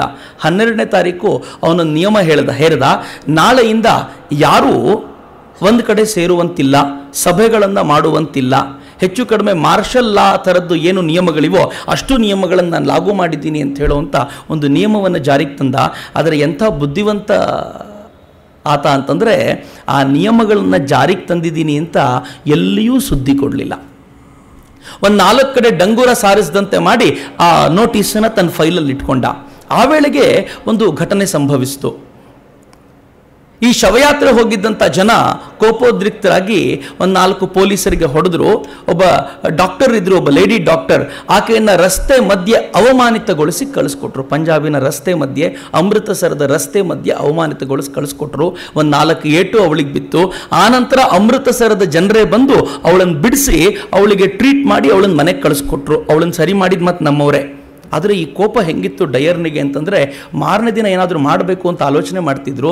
ಆ ವೇಳೆಗೆ ಸರಿಯಾಗಿ 12ನೇ ತಾರೀಕು ಭಾರತೀಯರೆಲ್ಲ ಸೇರಿ ಅಮೃತಸರ್ ಜನ ನಿರ್ಧಾರ ಮಾಡಿದರು, ನಾವೆಲ್ಲರೂ ಸೇರಿ ಒಂದು ಶಾಂತಿಯುತವಾದ ಪ್ರತಿಭಟನೆಯನ್ನು ರೌಲೆಟ್ ಕಾಯ್ದೆಯ ವಿರುದ್ಧವಾಗಿ ಜಲಿಯನ್ ವಾಲಾಬಾಗ್ನಲ್ಲಿ ಕೂತ್ಕೊಂಡು ಶಾಂತಿಯುತವಾದ ಪ್ರತಿಭಟನೆ ಮಾಡಬೇಕು ಅಂತ. ಆ ವೇಳೆಗಾಗಲೇ ನೋಟಿಸ್ ಪಾಸ್ ಆಗಿದೆ, ಯಾರೂ ನಾಳೆ ಸೇರುವಂತಿಲ್ಲ ಅಂತ. ಆದರೆ ನೋಟಿಸ್ ಪಾಸಾಗಿ ಫೈಲಲ್ಲಿ ಇದ್ದುಬಿಟ್ರೆ ಜನಕ್ಕೆ ಗೊತ್ತಾಗಬೇಕಾದ್ರೂ ಹೇಗೆ? ಅವನು ಕಾನೂನಿನ ಪ್ರಕಾರ ತಾನೇನು ಮಾಡಬೇಕು ಅದು ಮಾಡಿದ್ದಾನೆ, ಆದರೆ ಜನರಿಗೆ ತಿಳಿಸ್ತಿಲ್ಲ. ಯಾಕಂದರೆ ಅವನಿಗೆ ಬೇಕಿದ್ದು ಜನ ಸೇರಬೇಕು, ಈ ಜನರ ಕಗ್ಗೊಲೆ ಮಾಡಬೇಕು, ನಾನು ಈ ಜನರ ಮಾರಣ ಹೋಮ ನಡೆಸಬೇಕು ಅನ್ನೋಂಥ ಪ್ರಯತ್ನದಿಂದ ಅವನು ತುಂಬ ಸ್ಪಷ್ಟವಾಗಿ ಆ ನೋಟಿಸನ್ನು ತನ್ನ ಫೈಲಲ್ಲೇ ಇಟ್ಕೊಂಡು ಕುಳಿತುಕೊಂಡ. ಮಾರನೇ ದಿನ 13ನೇ ತಾರೀಕು ಸಂಜೆ 4:15 ಗಂಟೆಗೆ ಸಾವಿರಾರು ಜನ ಜಲಿಯನ್ ವಾಲಾಬಾಗಲ್ಲಿ ಸೇರಿದ್ದಾರೆ. ಈ ಜಲಿಯನ್ ವಾಲಾಬಾಗ್ ಅಂತಂದಾಗ ಆ ಜಲಿಯನ್ ವಾಲಾಬಾಗ್ನ ಕಲ್ಪನೆ ಕಟ್ಕೊಳ್ಳೋದು ಅಷ್ಟೇ ಮುಖ್ಯ. ಜಲಿಯನ್ ವಾಲಾಬಾಗ್ ಹೆಂಗಿದೆ ಅಂತಂದರೆ ಒಂದು ತೋಟ, ಬಾಗ್ ಅಂದರೆ ಸಹಜವಾಗಿ ಒಂದು ತೋಟ. ಆ ತೋಟದ ಸುತ್ತಲೂ ಎತ್ತರ ಮನೆಗಳು, ಸ್ವಲ್ಪ ಹಳ್ಳ ಇರುವಂಥ ತೋಟ ಅದು. ಮಕ್ಕಳು ಆಟ ಆಡಲಿಕ್ಕೆ ಪಾರ್ಕಿನ ಥರ ಬಳಸ್ಕೊಳ್ತಿದ್ದಂಥ ಜಾಗ ಅದು. ಅಲ್ಲಿ ಸಾವಿರಾರು ಜನ ಸೇರಿದ್ರು. ಆ ಇಡೀ ಬಾಗಿಗೆ ಬರಲಿಕ್ಕಿದ್ದಂಥ ದಾರಿ ಒಂದೇ ಒಂದು, ಸುಮಾರು 10-12 ಅಡಿ ಉದ್ದ, ಒಂದು 10 ಅಡಿ ಅಗಲದ ದಾರಿ, ಒಂದೇ ಒಂದು ದಾರಿ ಒಳಗೆ ಬರಲಿಕ್ಕೆ. ಉಳಿದ ಎಲ್ಲ ಕಡೆಗಳಲ್ಲೂ ದೊಡ್ಡ ದೊಡ್ಡ ಮನೆಗಳು ಕಟ್ಬಿಟ್ಟಿದ್ದಾರೆ. ಹೋಗಬೇಕಾದ್ರೂ ಅದೇ ದಾರಿಯಲ್ಲಿ ಹೋಗಬೇಕು, ಬರಬೇಕಾದ್ರೂ ಅದೇ ದಾರಿಯಲ್ಲಿ ಬರಬೇಕು. ಇಂಥ ಸ್ಥಳದಲ್ಲಿ ಹೆಂಗಸರು, ಮಕ್ಕಳು, ವೃದ್ಧರು, ಯುವಕರು ಎಲ್ಲ ಸೇರಿದ್ದಾರೆ. ತುಂಬ ಜನ ಇದ್ದಾರೆ ಅನ್ನೋ ಕಾರಣಕ್ಕೋಸ್ಕರ 2-3 ಕಡೆ ಸ್ಟೇಜ್ ಮಾಡಿ ಭಾಷಣ ಮಾಡಲಿಕ್ಕೆ ಅಂತ ತಯಾರಿಯೂ ಮಾಡಿ ಆಗಿದೆ. ಇದಕ್ಕಿದಂತೆ ಈ ಡಯರ್ ಬಂದ. ಬಂದವನು ತನ್ನ ಎಲ್ಲ ಸೈನಿಕರನ್ನ ಕರ್ಕೊಂಡು ಬಂದು ಈ ಬಾಗಿಲಿತ್ತಲ್ಲ, ಒಂದೇ ಒಂದು ದಿಕ್ಕಿನ ದಾರಿ ಇತ್ತಲ್ಲ, ಆ ದಾರಿಯ ಬದಿಯಲ್ಲಿ ಅಷ್ಟೂ ಜನರನ್ನು ನಿಲ್ಲಿಸ್ಕೊಂಡು ತಾನು ಒಂದು ಕಡೆ ನಿಂತ. ಅವನ ದುರದೃಷ್ಟ ಅಂತ ಅವನು ಹೇಳ್ಕೊಳ್ತಾನೆ, ದೊಡ್ಡದೊಂದು ಮಿಷಿನ್ ಗನ್ ತೊಗೊಂಡು ಬಂದಿದ್ದೆ ನಾನು, ಆದರೆ ಜಾಗ ಚಿಕ್ಕದಾಗಿದ್ದರಿಂದ ಒಳಗೆ ತೊಗೊಂಡು ಹೋಗ್ಲಿಕ್ಕೆ ಆಗಲಿಲ್ಲ, ಅದಕ್ಕೆ ಅದನ್ನು ಹೊರಗೆ ಬಿಟ್ಟು ಬಂದೆ ನಾನು ಅಂತ ಆಮೇಲೆ ಹೇಳ್ಕೊಂಡ ಅವನು. ಅದನ್ನು ತೊಗೊಂಡು ಹೋಗ್ಲಿಕ್ಕೆ ಆಗಲಿಲ್ಲ ಅವನಿಗೆ. ಉಳಿದವ್ರನ್ನೆಲ್ಲ ಒಳಗೆ ಸಾಲಾಗಿ ನಿಲ್ಲಿಸಿ ತಾನೂ ಒಂದು ತುದಿಯಲ್ಲಿ ನಿಂತ್ಕೊಂಡ. ಜನ ಸೇರಿದ್ರು. ಜನರಿಗೆ ಘೋಷಣೆ, ಸಹಜವಾಗಿ ಈ ಥರದ ಕೆಲಸ ನಡಿಬೇಕು ಅಂದರೆ ಮೊದಲು ಘೋಷಣೆ ಕೊಡಬೇಕು, ನೆನ್ನೆ ನೋಟಿಸ್ ಪಾಸ್ ಆಗಿದೆ, ನೀವು ಯಾರೂ ಸೇರುವಂತಿಲ್ಲ, ನಿಮಗೆ ಸಮಯ ಕೊಡ್ತೀನಿ ಹೋಗಿ ಅಂತ ಹೇಳಬೇಕು. ಜನ ಹೋಗಲಿಲ್ಲ ಅಂದರೆ ಚಾರ್ಜ್ ಮಾಡಬೇಕು. ಆದರೆ ಇವನು ಏನೂ ಹೇಳಲಿಲ್ಲ. ಕೂಡಲೇ ಜೋರಾಗಿ ಕಿರ್ಚಿದ, ನಿಮ್ಗೆಲ್ರಿಗೂ ಇನ್ನು 5 ನಿಮಿಷಗಳ ಅವಕಾಶ ಇದೆ, ಹೊರಡೋದಿದ್ರೆ ಹೊರಡಿ ಅಂತಂದ. ಅಷ್ಟು 1000 ಜನರಿಗೆ ಕೇಳಿಸ್ಬೇಕಾದ್ರೂ ಎಲ್ಲಿಂದ ಅದು? ಎಲ್ರಿಗೂ ತನ್ನ ಸೈನಿಕರಿಗೆ ಆರ್ಡರ್ ಕೊಟ್ಟ, ಎಲ್ಲರೂ ಸಿದ್ಧರಾಗಿ ಅಂತ. ಸೈನಿಕರು ಸಿದ್ಧರಾಗಿ ನಿಂತರು. ತಂಪಾಡಿ ತಾವಿದ್ದಂಥ ಜನ ಏಕಾಏಕಿ ಗುಂಡಿನ ದಾಳಿ ಶುರುವಾಗ್ಬಿಡ್ತು. ಯೋಚನೆ ಮಾಡಿ ಹೇಗಿರ್ಬೋದು, ಸಾವಿರಾರು ಜನ ಸೇರಿರುವಂಥ ಆ ಜಾಗದಲ್ಲಿ ಒಂದಷ್ಟು ಸೈನಿಕರು ಬಂದು ಏಕಾಏಕಿ ಗುಂಡಿನ ದಾಳಿ ಶುರು ಮಾಡಿದರು. ಏನು ಮಾಡಬೇಕು ಅಂತ ಗೊತ್ತಾಗಲಿಲ್ಲ. ಗುಂಡಿನ ದಾಳಿಗೆ ಸಿಕ್ಕಾಕೊಂಡ ಜನ ಕೆಲವರು ಅಲ್ಲೇ ಸಾಯ್ಲಿಕ್ಕೆ ಶುರು ಮಾಡಿದರೆ, ವೇದಿಕೆ ಮೇಲೆ ಜನ ಹೇಳಿದರು, ನೀವು ಅಲ್ಲಲ್ಲೇ ಮಲಗಿಬಿಡಿ, ನೀವು ಭೂಮಿಗೆ ಸಮಾನಾಂತರವಾಗಿ ಮಲಗಿದ್ರೆ ಗುಂಡು ಹೊಡಿಲಿಕ್ಕೆ ಸಾಧ್ಯ ಇಲ್ಲ ಅಂತಂದ ಕೆಲವರು ಅದನ್ನು ಅನುಸರಿಸ್ಲಿಕ್ಕೆ ಪ್ರಯತ್ನ ಪಟ್ಟರು. ಅದನ್ನು ನೋಡಿದ ಈ ಡಯರ್ ಹೇಳ್ತಾನಂತೆ, ಡಯರ್ ಹೇಳಿದ್ದನ್ನು ಆಮೇಲೆ ದಾಖಲಿಸಲಾಯಿತು. ಡಯರ್ ಹೇಳ್ತಾನೆ, ನಾನು ನಿಮ್ಮನ್ನು ಕರ್ಕೊಂಡು ಬಂದಿದ್ದು ಗಾಳಿಯಲ್ಲಿ ಗುಂಡು ಹಾರಿಸ್ಲಿಕ್ಕಲ್ಲ, ಎಲ್ಲೆಲ್ಲಿ ಜನ ಜಾಸ್ತಿ ಕಾಣ್ತಿದ್ದಾರೋ ಎಲ್ಲ ಗುಂಡು ಹಾರಿಸಿ, ಒಂದು ಗುಂಡು ವ್ಯರ್ಥ ಆಗಬಾರ್ದು ಅನ್ನೋದು ನನ್ನ ಇಚ್ಛೆ ಅಂತ ಹೇಳ್ದ. ಯಾವ ಪರಿ ದಾಳಿ ಆಗ್ಬಿಡ್ತು ಅಂತಂದ್ರೆ, ಆ ಜಲಿಯನ್ ವಾಲಾಬಾಗ್ನ ಒಂದು ಬದಿಯಲ್ಲಿ ಒಂದು ಬಾವಿ ಇದೆ. ಆ ಜಲಿಯನ್ ವಾಲಾಬಾಗ್ ನೋಡಿದಾಗಲೇ ಕಣ್ಣಿಗೆ ಬರುವಂಥ ಘಟನೆಗಳವು. ಯಾರೋ ಒಂದಷ್ಟು ಜನ ಹೋಗಿ ಬಾವಿಗೆ ಧುಮುಕಿದ್ರು ತಮ್ಮ ಪ್ರಾಣ ಉಳಿಸ್ಕೊಳ್ಬೇಕು ಅಂತ. ಪ್ರಾಣ ಉಳಿತು ಅನ್ನೋ ವೇಳೆಗೆ ಇನ್ನೊಂದಷ್ಟು ಜನ ಬಾವಿಗೆ ಧುಮುಕಿದ್ರು. ಆ ಬಾವಿಯಲ್ಲೇ ಅನೇಕ ಜನ ಪ್ರಾಣ ಬಿಡುವಂಥ ಪರಿಸ್ಥಿತಿ. ಯಾವ ಪರಿ ಆಕ್ರಂದನಕಾರಿ ಚೀತ್ಕಾರಗಳು ಕೇಳಿ ಬಂದವು ಅಂತಂದ್ರೆ, ಸಾವಿರಾರು ಜನರ ಮಾರಣ ಹೋಮ ಆಗ್ಬಿಡ್ತು ಆ ಭಾಗದಲ್ಲಿ. 1600 ಕಾಡತೂಸುಗಳನ್ನು ಫೈರ್ ಮಾಡಲಾಯಿತು. 1600 ಕಾಡತೂಸುಗಳು ಅಂತಂದರೆ ಒಂದು ಸಾಮಾನ್ಯ ಯುದ್ಧ ಫೈಟ್ ಮಾಡುವಷ್ಟು ಕಾಡತೂಸುಗಳು ಅಂತ ಸೈನ್ಯದ ಇತಿಹಾಸ ಬಲ್ಲವರು ಹೇಳ್ತಾರೆ. ಒಂದು ಸಾಮಾನ್ಯ ಯುದ್ಧ ಮಾಡಬಹುದಾದಷ್ಟು ಕಾಡತೂಸುಗಳನ್ನು ಸಾಮಾನ್ಯ ಜನರ ಮೇಲೆ ಡಯರ್ ಬಳಸ್ಬಿಟ್ಟ. ಆ ಸಾಮಾನ್ಯ ಜನ ತಮ್ಮ ಪ್ರಾಣವನ್ನು ಕಳ್ಕೊಂಡ್ರೆ ಮುಗಿತಿತ್ತು. ಆನಂತರ ಡಯರ್ನ ಇನ್ನೊಂದಷ್ಟು ಆಕ್ರಮಣ ಶುರುವಾಯಿತು. ಡಯರ್ ಏನು ಮಾಡ್ದ, ಬಂದವನೇ ಆ ಜನರಿಗೆ ಸಮಯ 8 ಗಂಟೆವರೆಗೂ ಮಾತ್ರ ಕೊಡಲಾಯಿತು. ಯಾರ್ಯಾರು 8 ಗಂಟೆ ನಂತರ ಮನೆ ಹೊರಗೆ ಬೀಳ್ತಾರೋ ಅವ್ರ ರಿಸ್ಕ್ ಮೇಲೆ ಮನೆ ಹೊರಗೆ ಬರಬೇಕು. ಅಂಥವ್ರು ರಸ್ತೆಯಲ್ಲಿ ಕಂಡ್ರೆ ಶೂಟ್ ಎಟ್ ಸೈಟ್ ಆರ್ಡರ್ ಇದೆ, ಅವ್ರನ್ನ ನಾವು ಕೊಲ್ತೀವಿ ಅಂತ. ಈ ಘಟನೆ ಆದಾಗ ಸಂಜೆ 5:30-6 ಗಂಟೆ ಆಗಿದ್ದಿರ್ಬೋದು. 6 ಗಂಟೆ ನಂತರ ಆಕ್ರಂದನ ಚೀತ್ಕಾರ ಮುಗಿಲು ಮುಟ್ಟಿದೆ. 8 ಗಂಟೆ ಆಗೋ ವೇಳೆಗೆ ಪ್ರಾಣ ಕಳ್ಕೊಂಡು ಒದ್ದಾಡ್ತಿರೋ ಜನ ಅಲ್ಲಿ ಕಾಯ್ತಾ ಇದ್ದಾರೆ. ಆದರೆ ಸರ್ಕಾರದ ನಿಯಮ ಇದೆ, 8 ಗಂಟೆ ನಂತರ ಯಾರು ಮನೆ ಹೊರಗಡೆನೆ ಬರಬಾರ್ದು ಅಂತ. ಎಂತೆಂಥ ಘಟನೆಗಳು ನಡೆದವು ಅಂತಂದರೆ, ರತ್ನಾಬಾಯಿ ಅಂತ ಒಬ್ಬ ತಾಯಿ ಒಂದು ಘಟನೆ ಹೇಳ್ಕೊಳ್ತಾಳೆ, ತುಂಬ ಹೃದಯ ವಿದ್ರಾವಕವಾದ ಘಟನೆ. ಆಕೆಯ ಗಂಡ ಬಾಗಿನ ಹತ್ರ ಹೋಗಿದ್ದ. ಇವಳು ಮನೆ ಬಾಗಿಗೆ ಸ್ವಲ್ಪ ಹತ್ತಿರದಲ್ಲೇ ಇತ್ತು. ಯಾವಾಗ ಗುಂಡಿನ ಸದ್ದು ಕೇಳ್ತೋ ಆಕೆ ಗಾಬರಿಯಾಗಿ ಅಲ್ಲಿಗೆ ಓಡಿ ಬಂದರೆ ಸಾವಿರಾರು ಜನರ ಹೆಣಗಳು.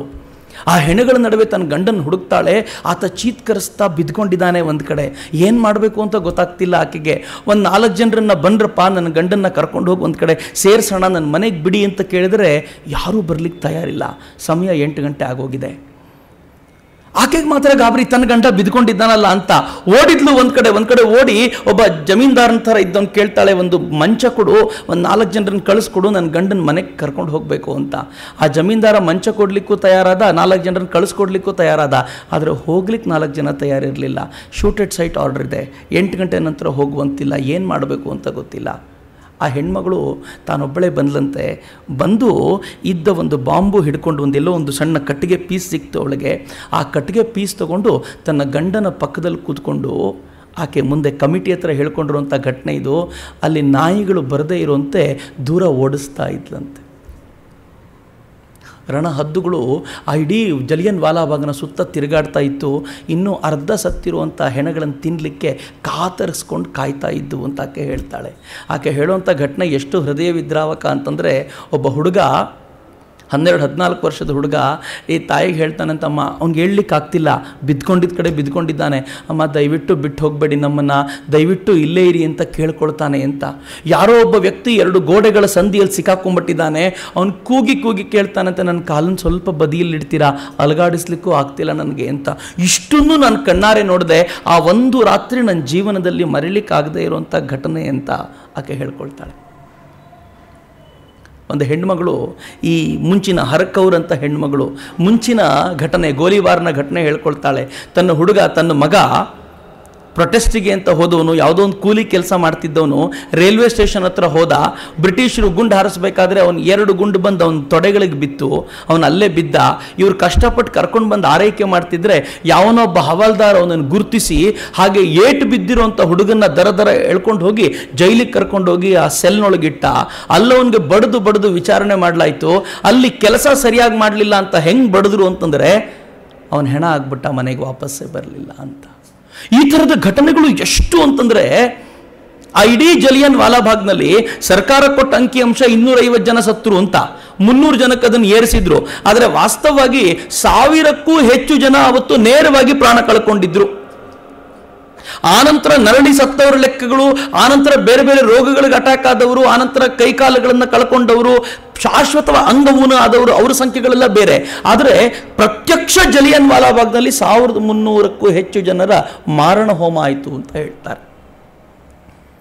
ಬ್ರಿಟಿಷರನ್ನ ತುಂಬ ಹೊಗಳುತ್ತಾರೆ ಜನ, ಅತ್ಯಂತ ಶ್ರೇಷ್ಠ ಜನಾಂಗ, ಈ ದೇಶಕ್ಕೆ ಅವರು ಬರದೇ ಹೋಗಿದ್ದಿದ್ರೆ ನಾಗರಿಕತೆ ಅನ್ನೋದೇ ಇರ್ತಿರಲಿಲ್ಲ ನಮಗೆ ಅಂತ. ಇದನ್ನು ನಾಗರಿಕತೆ ಅಂತ ಕರಿಬೇಕಾ ಅಂತ ಯೋಚನೆ ಮಾಡಬೇಕು. ಯಾವ ಪಾಶವಿ ಸರ್ಕಾರ ಕೂಡ ತನ್ನ ನಾಗರಿಕರ ಮೇಲೆ ಇಂಥ ಅತ್ಯಾಚಾರ ನಡೆಸಲ್ಲ. ಭಾರತದ ಸಂಪ್ರದಾಯ ಹೇಗಿತ್ತು ಅಂತಂದ್ರೆ, ನಾನು ಆಗಲೇ ಹೇಳಿದೆ, 760 ರಾಜ್ಯಗಳು ರಾಜರು ಕಿತ್ತಾಡ್ತಿದ್ರೆ ಹೊರತು ಸಾಮಾನ್ಯ ಜನರ ಮೇಲೆ ಯಾವತ್ತೂ ದಾಳಿ ನಡೆದಿದ್ದು ಉದಾಹರಣೆಗಳಿಲ್ಲ. ಭರತ ಬಾಹುಬಲಿಯ ಘಟನೆಗಳನ್ನು ಓದಬೇಕಾದ್ರೆ ನನಗೆ ತುಂಬಾ ರೋಮಾಂಚನವಾಗುತ್ತೆ. ಏನು ಸುಂದರವಾದ ಘಟನೆ ಅಂತಂದ್ರೆ, ಇಬ್ರು ತಾವು ಕಿತ್ತಾಡಬೇಕು, ಸೈನಿಕರು ಕೂಡ ಸಾಯಬಾರದು ಅಂತ ನಿರ್ಧಾರ ಮಾಡಿದ್ರು. ಹೀಗಾಗಿ ಮಲ್ಲ ಯುದ್ಧ ನಡೆಸಿದ್ರು, ದೃಷ್ಟಿ ಯುದ್ಧ ನಡೆಸಿದ್ರು, ಜಲಕ್ರೀಡೆ ಜಲಯುದ್ಧ ನಡೆಸಿದ್ರು. ಆದರೆ ಸೈನಿಕರ ಕೊನೆ ಆಗಬಾರ್ದು ಅಂತ ಎಷ್ಟರ ಮಟ್ಟಿಗೆ ಜೀವದ ಬಗ್ಗೆ ಚಿಂತಿಸ್ತಾ ಇದ್ದ ನಾಡಿನಲ್ಲಿ ಈ ಮನುಷ್ಯರನ್ನ ಪ್ರಾಣಿಗಳಿಗಿಂತ ಕೀಳಾಗಿ ಕೊಂದಾಕ್ಬಿಟ್ರಲ್ಲ. ಕೊಂದು ಹಾಕಿದ ನಂತರ ಆದರೂ ಒಪ್ಕೋಬೇಕಲ್ವ, ನೋವಾಗಬೇಕಲ್ಲ. ಆದರೆ ಎಂಥ ಕ್ರೂರ ಜನಾಂಗ ಅಂದಿರೋದು ಡಯರ್ ಆನಂತರ ಕೂಡ ಒಪ್ಕೊಳ್ಳಿಕ್ಕೆ ಸಿದ್ಧ ಆಗಲಿಲ್ಲ. ಇನ್ನೂ ಅತ್ಯಂತ ಕ್ರೂರವಾದ ಶಿಕ್ಷೆಯನ್ನು ಜನರಿಗೆ ಏರಬೇಕು ಅಂತ ಆತ ಸ್ಪಷ್ಟವಾಗಿ ನಿರ್ಧಾರ ಮಾಡಿ ಆಗೋಗಿತ್ತು. ಆತ ಹೇಳ್ದ, ಇನ್ನು ಮುಂದೆ ಯಾರಾದರೂ ನಡಿಬೇಕು ಅಂತಂದರೆ, ವಿಶೇಷವಾಗಿ ಆ ಡಾಕ್ಟರ್, ಹೆಣ್ಮಗಳು ಡಾಕ್ಟರ್ ಇದ್ಲಲ್ಲ, ಆಕೆನ ಎಲ್ಲಿ ಇವರು ಹಂಗಿಸಿದ್ರೋ, ಆಕೆಗೆ ಎಲ್ಲಿ ಹೊಡೆದಿದ್ರೋ ಅಂಥ ಜಾಗದಲ್ಲಿ ಲಿಟರಲ್ಲಿ ಭಾರತೀಯರನ್ನು ತೆವಳಿಕೊಂಡು ಹೋಗುವಂಥ ಶಿಕ್ಷೆ ಕೊಡಲಾಯಿತು. ತೆವಳಿಕೊಂಡು ಅಂದರೆ ಹೊಟ್ಟೆ ಮೇಲೆ ತೆವಳ್ಕೊಳ್ತಾ ಹೋಗಬೇಕು, ಆ ಥರದ ಶಿಕ್ಷೆಯನ್ನು ಕೊಡಲಾಯಿತು. ಅಮೃತ್ಸರದಲ್ಲಿ ಆದಂಥ ಘಟನೆಗಳಿವು. ಯಾರನ್ನಾದರೂ ಯಾವುದಾದ್ರೂ ಕಾಲೇಜ್ ಎದುರುಗಡೆ ಹೋಗಿ ನಿಂತ್ಕೊಳ್ಳೋದು, ಯಾರಾದರೂ ಹುಡುಗರನ್ನ ರ್ಯಾಂಡಮ್ ಆಗಿ ಸೆಲೆಕ್ಟ್ ಮಾಡ್ಕೊಂಡು ಬರೋದು, ಅವರಿಗೆ ಬೆತ್ತದಿಂದ ಹೊಡೆಯೋದು, 30 ಏಟುಗಳನ್ನು ಹೊಡೆಯೋದು. ಅಲ್ಲಿ ನಡೆದಂಥ ಕ್ರೌರ್ಯದ ವಿವರಣೆಗಳನ್ನು ನಾನು ನಿಮ್ಗೆ ಕೊಡ್ತಿದ್ದೀನಿ. ಎಂಥ ಕ್ರೌರ್ಯ ಅಂತಂದರೆ, ಒಬ್ಬ ಹುಡುಗನ್ನ ಹೊಡೆಯೋದನ್ನು ಒಬ್ಬ ತಾಯಿ ಎಕ್ಸ್ಪ್ಲೈನ್ ಮಾಡ್ತಾಳೆ. ಆ ಹುಡುಗನಿಗೆ ಹೊಡಿತಾ ಇದ್ರು, 4 ಏಟು ಹೊಡೆಯೋ ವೇಳೆಗೆ ಆ ಹುಡುಗ ಪ್ರಜ್ಞೆ ತಪ್ಪದ ಮೇಲೆ ಆದರೂ ಬಿಡಬೇಕಲ್ಲ, ಬಿಡಲಿಲ್ಲ ಇವರು. ಅವನ ಮುಖಕ್ಕೆ ನೀರು ಚಿಮ್ಮಿದ್ರು, ಅವನಿಗೆ ಪ್ರಜ್ಞೆ ಬಂತು, ಇನ್ನೂ ಏಟು ಹೊಡೆದ್ರು, ಇನ್ನು 4 ಏಟಿಗೆ ಮತ್ತೆ ಪ್ರಜ್ಞೆ ತಪ್ಪದ, ಮತ್ತೆ ಮುಖಕ್ಕೆ ನೀರು ಚಿಮ್ಮಿದ್ರು. ಹೀಗೆ ಮಾಡ್ತಾ 30 ಏಟು ಮುಗಿದ ನಂತರ ಅವನು ತೆಗೆದು ಕೆಳಕ್ಕೆ ಬಿಸಾಕಿದ್ರು. ಕಾಲೇಜ್ ಹುಡುಗರಿಗೆ ಈ ರೀತಿ ಮಾಡಿದ್ದವರು. ಈ ಥರ ಮಾಡಿದರೂ ಕೂಡ ಅವನ ಪಾಶವಿ ಬುದ್ಧಿಗೆ ಒಂದು ಚೂರು ಪ್ರಜ್ಞೆ ಬಂದಿರಲಿಲ್ಲ. ನಾನು ಮಾಡಿದ ತಪ್ಪು ಅಂತ ಅನ್ನಿಸ್ಲೇ ಇಲ್ಲ. ಅವನನ್ನು ವಿಚಾರಣೆ ವೇಳೆ ಕೇಳಲಾಯಿತು, ನೀನು ಮಾಡಿದ್ದು ಸರಿನಾ? ಹೇಳಿದ, ಸರಿ. ಈ ಕ್ರಿಮಿಗಳನ್ನು ಇವ್ರನ್ನ ಕ್ರಿಮಿಗಳಂತೆ ಕೊಲ್ಲೋದೇ ಸರಿ. ಅವ್ರು ಕೇಳಿದ್ರು, ನೀನು ಸುಮ್ಮನೆ ನಿಂತ್ಕೊಂಡು ಇವ್ರನ್ನೆಲ್ಲ ಹೋಗಿ ಅಂತ ಹೇಳ್ಬೋದಿತ್ತಲ್ಲ, ಯಾಕೆ ಹೇಳಲಿಲ್ಲ? ಅವನು ಹೇಳಿದ, ಹಾಗೇನಾದರೂ ಹೋಗಿ ಅಂತ ನಾನು ಹೇಳಿದ್ದಿದ್ರೆ ಅವರೆಲ್ಲ ಹೋಗ್ತಿದ್ರು, ತುಂಬ ಶಾಂತಿಯುತವಾಗಿ ಸಭೆ ಸೇರಿದ್ರು, ಗೊತ್ತಿತ್ತು ನನಗೆ.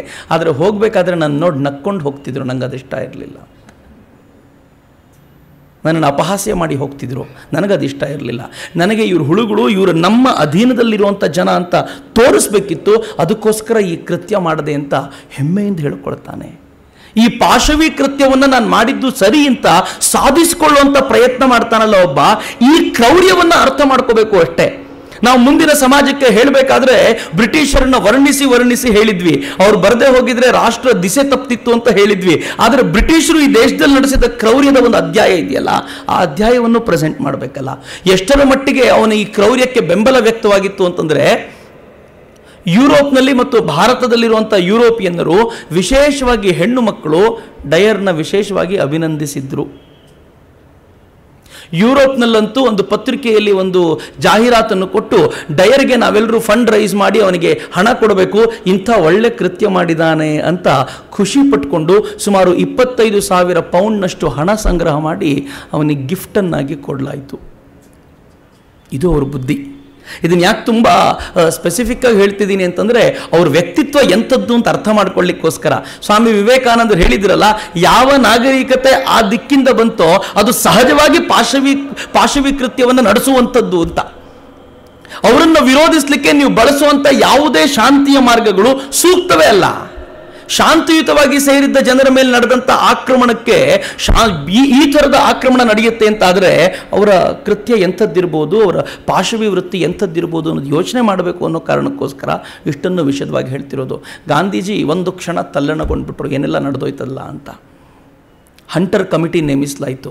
ಹಂಟರ್ ಕಮಿಟಿಯಲ್ಲಿದ್ದಂಥ ಗುಂಪುಗಳು ಎರಡಾಗ್ಬಿಟ್ಟವು. ಬ್ರಿಟಿಷರೇ ಇದ್ದಂಥವರು, ಬ್ರಿಟಿಷರೆಲ್ಲ ಅದನ್ನು ಸಪೋರ್ಟ್ ಮಾಡಿದರು. ಆದರೆ ಅದರಲ್ಲಿದ್ದಂಥ ಒಂದು 2-3 ನಮ್ಮವರೆಲ್ಲ ಅದಕ್ಕೆ ವಿರೋಧ ವ್ಯಕ್ತಪಡಿಸಿದರು. ಸಾಧ್ಯವಿಲ್ಲ, ಇದನ್ನು ಒಪ್ಕೊಳ್ಳಿಕ್ಕೆ ಸಾಧ್ಯ ಇಲ್ಲ ಅಂತ. ಕೊನೆಗೆ ಕಾಂಗ್ರೆಸ್ ತಾನೇ ಒಂದು ಕಮಿಟಿ ಮಾಡಿ, ಆ ಕಮಿಟಿಯಲ್ಲಿ ಒಂದಷ್ಟು ಜನರನ್ನು ಸೇರಿಸಿ 6-7 ಜನರ ಗ್ರೂಪ್ ಮಾಡಿ ಕಾಂಗ್ರೆಸ್ ಇಡೀ ಅಮೃತಸರದ ಭಾಗವನ್ನು ತಿರುಗಾಡಿದಾಗ, ಆಗ ಕಾಂಗ್ರೆಸ್ಸಿಗೆ ವರದಿಗಳು ಬಂದಂಥ ವರದಿಗಳಿವೆಯಲ್ಲ, ಸುಮಾರು 600 ಜನರನ್ನು ಅಧ್ಯಯನ ಮಾಡಲಾಯಿತು. 600 ಜನ ಕೊಟ್ಟಂಥ ರಿಪೋರ್ಟ್ ಹೆಂಗಿತ್ತು ಅಂತಂದರೆ, ಪ್ರತಿಯೊಂದು ರಿಪೋರ್ಟು ಕೂಡ ಹೃದಯ ಕರಗಿಸುವಂಥ ರಿಪೋರ್ಟ್ ಆಗಿತ್ತು. ಕೆಲವರು ತನ್ನ ಹೆಂಡತಿನ ಕಳ್ಕೊಂಡಿದ್ರು, ಕೆಲವರು ಮಕ್ಕಳನ್ನು ಕಳ್ಕೊಂಡಿದ್ರು, ಮಕ್ಕಳು ಅಪ್ಪನ ಕಳ್ಕೊಂಡಿದ್ರು, ಮಕ್ಕಳು ತಮ್ಮಂದ್ರನ್ನ ಕಳ್ಕೊಂಡಿದ್ರು. ಯಾವ ಪರಿ ಘೋರ ನಡೆದೋಗಿತ್ತು ಅಂತಂದರೆ ಅಮೃತ್ಸರದಲ್ಲಿ. ಆ ಸುದ್ದಿ ಕಾಂಗ್ರೆಸ್ನ ಕಿವಿಗೆ ಬಿದ್ದ ನಂತರ ಕಾಂಗ್ರೆಸ್ನಿಂದಾಗಿ ಪೂರ್ಣ ದೇಶದಲ್ಲಿ ಹರಡ್ಕೊಳ್ಳಿಕ್ಕೆ ಶುರುವಾಯಿತು. ಇದು ಅತ್ಯಂತ ಪ್ರಮುಖವಾದ ವಿಚಾರ. ಬಹುಶಃ ಈ ಒಂದು ಘಟನೆ ದೊಡ್ಡ ವಿಷಯ ಅಲ್ಲ. ಬ್ರಿಟಿಷರ ವಿಚಾರದಲ್ಲಂತೂ ಇದು ದೊಡ್ಡ ವಿಷಯವೇ ಅಲ್ಲ. ಅವರು ಸಾರಾಸಗಟಾಗಿ ಕೊಲ್ಲೋದನ್ನು ರೂಢಿ ಮಾಡ್ಕೊಂಡಿದ್ದಂಥ ಜನ. ಈ ದೇಶದಲ್ಲಿ ಜನಸಂಖ್ಯೆ ಅಷ್ಟು ಕೋಟಿ ಅಲ್ಲದೆ ಕಡಿಮೆ ಇದ್ದಿದ್ದರೆ ನಮ್ಮನ್ನು ಸಂಪೂರ್ಣ ನಾಶ ಮಾಡಿ ಬಿಳಿಯರೇ ತುಂಬೋಗಿರ್ತಿದ್ರು ಇಲ್ಲಿ. ಆದರೆ ದೈವದತ್ತವಾಗಿ ಜನಸಂಖ್ಯೆ ಜಾಸ್ತಿ ಇದ್ದಿದ್ದರಿಂದ ಇದನ್ನು ಪೂರ್ಣ ನಾಶ ಮಾಡಲಿಕ್ಕೆ ಅವರ ಹತ್ರ ಸಾಧ್ಯವೇ ಆಗಲಿಲ್ಲ ಎಂದಿಗೂ. ಹೀಗಾಗಿ ಅವ್ರು ವಾಪಸ್ ಹೋಗ್ಬೇಕಾಗಿ ಬಂತು. ಸಾರಾಸಗಟಾಗಿ ಜನರನ್ನ ಕೊಲ್ಲೋದನ್ನ ಅಭ್ಯಾಸ ಮಾಡ್ಕೊಂಡಿದ್ದಂಥ ಜನಕ್ಕೆ ಒಂದು ಜಲಿಯನ್ ವಾಲಾಬಾಗ್ ಒಂದು ದೊಡ್ಡ ಸಂಗತಿಯೇ ಅಲ್ಲ. ಆದರೆ ಭಾರತದ ಜನರಿಗೆ ಇದು ಎಂಥ ದೊಡ್ಡ ಸಂಗತಿಯಾಗಿ ಪರಿಣಮಿಸ್ತು ಅಂತಂದ್ರೆ, ಇಡೀ ಭಾರತಕ್ಕೆ ಆವತ್ತಿನ ದಿನಗಳಲ್ಲಿ ಇವತ್ತಿನ ಥರ ಪತ್ರಿಕೆಗಳು, ಮೀಡಿಯಾಗಳು ತೀವ್ರವಾಗಿ ಇಲ್ಲದೆ ಹೋದ ಕಾಲಕ್ಕೂ ಕೂಡ ಯಾವ ಥರ ಈ ಸುದ್ದಿ ಹರಡಿತು ಅಂತಂದರೆ, ಪ್ರತಿಯೊಬ್ಬರಿಗೂ ಏನಾದರೂ ಮಾಡಬೇಕು ಅನ್ನುವಂಥ ವಿಚಾರ ಸ್ಪಷ್ಟವಾಗ್ಲಿಕ್ಕೆ ಶುರುವಾಯಿತು. ಯಾರ್ಯಾರು ಶಾಂತಿಯ ಮಾರ್ಗವನ್ನು ತುಂಬ ಸಪೋರ್ಟ್ ಮಾಡ್ತಿದ್ರೋ ಅವರು ಕೂಡ ಒಂದು ಕ್ಷಣ ಮನಸ್ಸನ್ನು ಪರಿವರ್ತಿಸಿಕೊಳ್ಳುವಂಥ, ಇದು ಹೋರಾಟ ಮಾಡ್ಲಿಕ್ಕೆ ಸಾಧ್ಯ ಇಲ್ಲ, ಇವ್ರ ಜೊತೆ ಈ ಥರದ ಹೋರಾಟ ಮಾಡ್ಲಿಕ್ಕೆ ಸಾಧ್ಯ ಇಲ್ಲ ಅನ್ನೋಂಥ ಚಿಂತನೆಯನ್ನು ಕಟ್ಟಿಕೊಡುವಂಥ ವಿಚಾರಗಳು ರೂಪುಗೊಂಡವು. ಇದು ತುಂಬ ಗಮನಿಸಬೇಕಾದ ಅಂಶ. ಮತ್ತೊಂದು ವಿಚಾರ ಏನಾಯಿತು ಅಂತಂದರೆ, ಡಯರ್ ಮೇಲೆ ಇದರಿಂದ ಯಾವುದೇ ಪರಿಣಾಮ ಆಗಲಿಲ್ಲ. ಅವನ ಟ್ರಾನ್ಸ್ಫರ್ ಕೂಡ ಆಗಲಿಲ್ಲ, ಸಸ್ಪೆಂಡ್ ಕೂಡ ಆಗಲಿಲ್ಲ. ಅದು ಭಾರತೀಯರಿಗೆ ಸ್ಪಷ್ಟವಾಗಿ ಗೊತ್ತಾಗೋಯ್ತು, ಇವರೆಲ್ಲರೂ ಒಂದೇ. ಯಾವತ್ತಿದ್ರೂ ಇವರು ನ್ಯಾಯವಾದ ಮಾರ್ಗದಲ್ಲಿ ನಡೆಯುವಂಥವರಲ್ಲ. ಇಂಥವರನ್ನು ನಾವು ಕೂಡ ನ್ಯಾಯವಾದ ಮಾರ್ಗದಲ್ಲಿ ಎದುರಿಸಲಿಕ್ಕೆ ಸಾಧ್ಯ ಇಲ್ಲ ಅಂತ. ಆಗಲೇ ಭಾರತದಲ್ಲಿ ಒಂದು ಹೊಸ ವಿಪ್ಲವದ ಚಿಂತನೆಗಳು ಶುರುವಾಗಿ ಹೋಗಿದ್ದು. ಈ ಹಿನ್ನೆಲೆಯಲ್ಲೇ ನಾನು ಕಳೆದ 3 ತಿಂಗಳ ಹಿಂದೆ ಈ ವಿಚಾರವನ್ನು ಓದ್ತಿರಬೇಕಾದ್ರೆ, ಪಂಜಾಬಿ ಕಥೆಗಳು ಅಂತ ಒಂದು ಪುಸ್ತಕದಲ್ಲಿ ಒಬ್ಬ ವ್ಯಕ್ತಿ ಬರೆದ ಕಥೆ ಓದ್ತಿದ್ದೆ. ಆಕೆ ನೈಜ ಘಟನೆಯನ್ನು, ತಾನೊಂದು ಹಳ್ಳಿಗೆ ಹೋಗಿದ್ದಾಗ ನಡೆದಂಥ ಘಟನೆಯನ್ನು ಬರೆದಿದ್ಲು. ಹೇಗೆ ಈ ಜಲಿಯನ್ ವಾಲಾಬಾಗ್ ಕ್ರಾಂತಿಯ ಕಿಚ್ಚನ್ನು ಹಬ್ಬಿಸ್ತು ಅಂತ ತುಂಬ ಚೆನ್ನಾಗಿ ಬರೆದಿದ್ಲು ಆ ಹೆಣ್ಮಗಳು. ಒಂದು ಹಳ್ಳಿ, ಆ ಹಳ್ಳಿ ಹೆಸರು ಪಂಜಾ ಸಾಹಿಬ್ ಅಂತ. ಗುರುನಾನಕರು ಆ ಹಳ್ಳಿಗೆ ಒಬ್ಬ ವ್ಯಕ್ತಿಯೊಡನೆ ಬಂದಿದ್ರಂತೆ. ಅಲ್ಲಿಗೆ ಬಂದಾಗ ವಲಿ ಕಂದಾರಿ ಅಂತ ಅವನ ಹೆಸರು. ಆ ವ್ಯಕ್ತಿಯೊಡನೆ ಬಂದಿದ್ರು. ಆ ವ್ಯಕ್ತಿ ಹತ್ತಿರ ಬಂದಾಗ ಕೇಳ್ತಾನೆ, ನಾನಕ್ರೆ ನೀವೇನೋ ನೀರು ಕುಡದೆ ನಡೆದು ಬಿಡ್ತೀರಾ, ಆದರೆ ನನಗೆ ನೀರು ಬೇಕಾಗಿದೆ, ಎಲ್ಲಿಂದಾದರೂ ನೀರು ಕೊಡಿಸಿ ಅಂತ. ಗುರುನಾನಕರು ನೋಡಿದ್ರು, ನೋಡಿ ಮೇಲೊಂದು ಗುಡ್ಡ ಇದೆ, ಅಲ್ಲೊಬ್ಬ ಮೌಲ್ವಿ ಇರ್ತಾನೆ, ಅವನ ಹತ್ರ ನೀರಿರುತ್ತೆ, ಹೋಗಿ ತೊಗೊಂಡು ಕೊಡ್ತಾನೆ ಅವನು ಅಂತ. ಆ ಮೌಲ್ವಿ ಹತ್ರ ಈ ವ್ಯಕ್ತಿ ಓಡೋದ ಗುಡ್ಡದವರೆಗೂ. ಅಲ್ಲಿ ಹೋಗಿ ನೀರನ್ನು ಕೊಡು ಅಂತಂದಾಗ ಆ ಮೌಲ್ವಿ ಹೇಳಿದಂತೆ ನೀರನ್ನು ಕೊಡ್ಲಿಕ್ಕೆ ಸಿದ್ಧನಾದ. ಆದರೆ ನಿಂಗೆ ಯಾರು ಕಳಿಸಿದ್ರಿಲ್ಲಿ ಅಂತ ಕೇಳಿದಾಗ ಗುರುನಾನಕರು ಅಂತಂದು ಕೂಡಲೇ ಮೌಲ್ವಿಗೆ ಸಿಟ್ಟಾಗ್ಬಿಟ್ನಂತೆ. ಗುರುನಾನಕರು ಕೇಳಿದ್ರೆ ನಾನು ಕೊಡಲ್ಲ, ಹೋಗು ಅಂದ್ಬಿಟ್ಟು. ಈ ವ್ಯಕ್ತಿ ಓಡ್ ಬಂದ. ನಿಮ್ಮ ಹೆಸರು ಹೇಳಿದ ತಕ್ಷಣ ಕೊಡಲ್ಲ ಅಂದ ಅವನು ಅಂತ. ಗುರುನಾನಕ್ ಇನ್ನೊಂದು ಸಲ ಹೋಗು ಕೊಡ್ತಾನೆ ಅಂತ ಕಳಿಸ್ಕೊಟ್ರಂತೆ. ಮತ್ತೊಂದು ಸಲ ಹೋದ ಅವನು, ಆಗಲೂ ಅವ್ನು ಕೊಡಲ್ಲ ಅಂತ ಬೈದು ಕಳಿಸ್ದ. ಕೊನೆಗೆ ಗುರುನಾನಕರು ಕೂತ್ಕೊಂಡಿದ್ದ ಜಾಗಕ್ಕೆ ಅವನು ತನ್ನ ಬಂಡೆನ ತಳ್ಳಿದ್ನಂತೆ ಆ ಮೌಲ್ವಿ. ಗುರುನಾನಕರು ಆ ಬಂಡೆ ಕೈ ಹಾಕಿದ್ರು, ಆ ಬಂಡೆ ಅಲ್ಲೇ ನಿಂತ್ಕೊಳ್ತು. ಹೀಗಾಗಿ ಪಂಜಾ ಸಾಹಿಬ್, ಪಂಜಾ ಅಂದರೆ ಆ ಕೈ ಬೆರಳುಗಳು, ಪಂಜಾ ಸಾಹಿಬ್ ಅಂತ ಆ ಊರಿಗೆ ಹೆಸರಾಯಿತು. ಗುರುನಾನಕರು ಹೇಳಿದ್ರಂತೆ, ನೋಡು ಇಲ್ಲಿ ಎದುರುಗಡೆ ನೀರು ಬರುತ್ತೆ ಅಂತ ನೀರು ಚಿಮ್ಲಿಕ್ಕೆ ಶುರುವಾಗ್ಬಿಡ್ತು. ಅವನು ಪೂರ್ಣ ನೀರು ಕುಡ್ದ. ಆ ಜಾಗದಲ್ಲಿ ನೀರು ಆವತ್ತಿನ ನಂತರ ಸದಾಕಾಲ ಬರ್ತಿತ್ತು. ಈ ಘಟನೆ ಹೇಳ್ತಾಳೆ, ಈ ಜಲಿಯನ್ ವಾಲಾಬಾಗ್ ಘಟನೆ ನಡೆದ ನಂತರ ಆ ಹಳ್ಳಿಯ ಜನ ಈ ಜಲಿಯನ್ ವಾಲಾಬಾಗನ್ನು ತೀವ್ರವಾಗಿ ಯೋಚನೆ ಮಾಡ್ತಿದ್ದವರು. ಜಲಿಯನ್ ವಾಲಾಬಾಗ್ನಲ್ಲಿ ಬಂಧಿಸಿದ ಕೆಲವರನ್ನ ಬೇರೊಂದು ಜಾಗಕ್ಕೆ ಸ್ಥಳಾಂತರಿಸಬೇಕು ಅಂತ ಒಂದು ಟ್ರೈನ್ ಹತ್ತಿಸಿದ್ರಂತೆ. ಅಲ್ಲಿಂದ ದಾರಿಯುದ್ದಕ್ಕೂ ಅವರಿಗೆ ಅನ್ನ ನೀರು ಏನನ್ನೂ ಕೊಡದೆ ಟ್ರೈನ್ ವೇಗವಾಗಿ ತಗೊಂಡು ಹೋಗ್ತಾ ಇದ್ದಾರೆ. ಅಲ್ಲಿ ಒಳಗಿದ್ದಂಥ ಜನರಿಗೆ ಸಿಕ್ಕಾಪಟ್ಟೆ ಹಸುವಾಗೋಗಿದೆ. ಈ ಪಂಜಾ ಸಾಹಿಬನ ಜನ ಟ್ರೈನ್ ನಮ್ಮ ಮೂಲಕ ಹಾದು ಹೋಗುತ್ತೆ, ಗುರುನಾನಕರು ನೀರು ಕೊಡಿಸಿದ್ದ ಜಾಗ ಇದು, ಇಲ್ಲಿ ನಮ್ಮ ಜನಕ್ಕೆ ನೀರು ಕೊಡಲಿಲ್ಲ ಅಂದರೆ ಅವಮಾನ ನಮಗೆ, ಹೇಗಾದರೂ ಮಾಡಿ ನಾವು ನೀರು ಕೊಡಬೇಕು ಅಂತ ರೈಲ್ವೆ ಅಧಿಕಾರಿಗಳನ್ನು ಕೇಳಿದರು. ರೈಲ್ವೆ ಅಧಿಕಾರಿಗಳು ಸಾಧ್ಯ ಇಲ್ಲ, ಬ್ರಿಟಿಷರ ಆಜ್ಞೆ, ಎಲ್ಲೂ ನಿಲ್ಲಿಸುವಂತಿಲ್ಲ, ಟ್ರೈನನ್ನು ಪಾಸ್ ಮಾಡಲೇಬೇಕು ಅಂತ. ಜನ ಕೇಳಲಿಲ್ಲ. ಸಾಕಷ್ಟು ಅನ್ನ ಆಹಾರ ನೀರು ಎಲ್ಲವನ್ನೂ ತಂದಿಟ್ಕೊಂತಾರೆ ರೈಲ್ವೆ ಸ್ಟೇಷನಲ್ಲಿ. ಏನು ಮಾಡಿದ್ರು ಟ್ರೈನ್ ನಿಲ್ಲಲ್ಲ ಅಂತ ಗೊತ್ತಾದಾಗ ಊರಿನ ಹೆಣ್ಣು ಮಕ್ಕಳು ಗಂಡಸರು ಎಲ್ಲ ರೈಲ್ವೆ ಟ್ರ್ಯಾಕ್ ಮೇಲೆ ಮಲಗಿಬಿಟ್ರಂತ.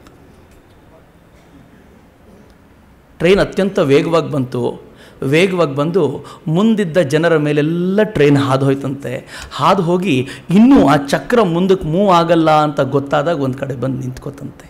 ಹಾಗೆ ಆ ಚಕ್ರ ಎಲ್ಲಿ ನಿಂತ್ಕೋತೋ ಅಲ್ಲಿದ್ದಂಥ ಹೆಣ್ಣುಮಗಳು ತನ್ನ ಮೊಮ್ಮಗಳಿಗೆ ಕತೆ ಹೇಳಿ ಕತೆ ಬರೆಸ್ತಾಳೆ. ನಾನು ಇದ್ದೆ ಅವತ್ತು, ರಕ್ತ ಕಾಲುವೆಯಾಗಿ ಹರಿದು ಬಿಡ್ತು, ನಾವು ಬಿಡಲಿಲ್ಲ, ನಮ್ಮ ಪ್ರಾಣ ಕೊಟ್ಟಾದರೂ ಪಂಜಾ ಸಾಹೇಬ್ ಬಂದವರಿಗೆ ನೀರು ಕುಡಿಸಿ ಆಹಾರ ತಿನ್ನಿಸಿ ಕಳಿಸಿದ್ವಿ, ಇದು ಪಂಜಾ ಸಾಹೇಬನ ಶಕ್ತಿ ಅಂತ ಆಕೆ ಹೇಳ್ತಾಳೆ. ಅಂದರೆ ಇಡೀ ದೇಶದಲ್ಲಿ ಪ್ರತಿಯೊಂದು ಭಾಗದಲ್ಲೂ ಜಲಿಯನ್ ವಾಲಾಬಾಗ್ ಒಂದು ಕೆಲಸ ಮಾಡಿತ್ತು.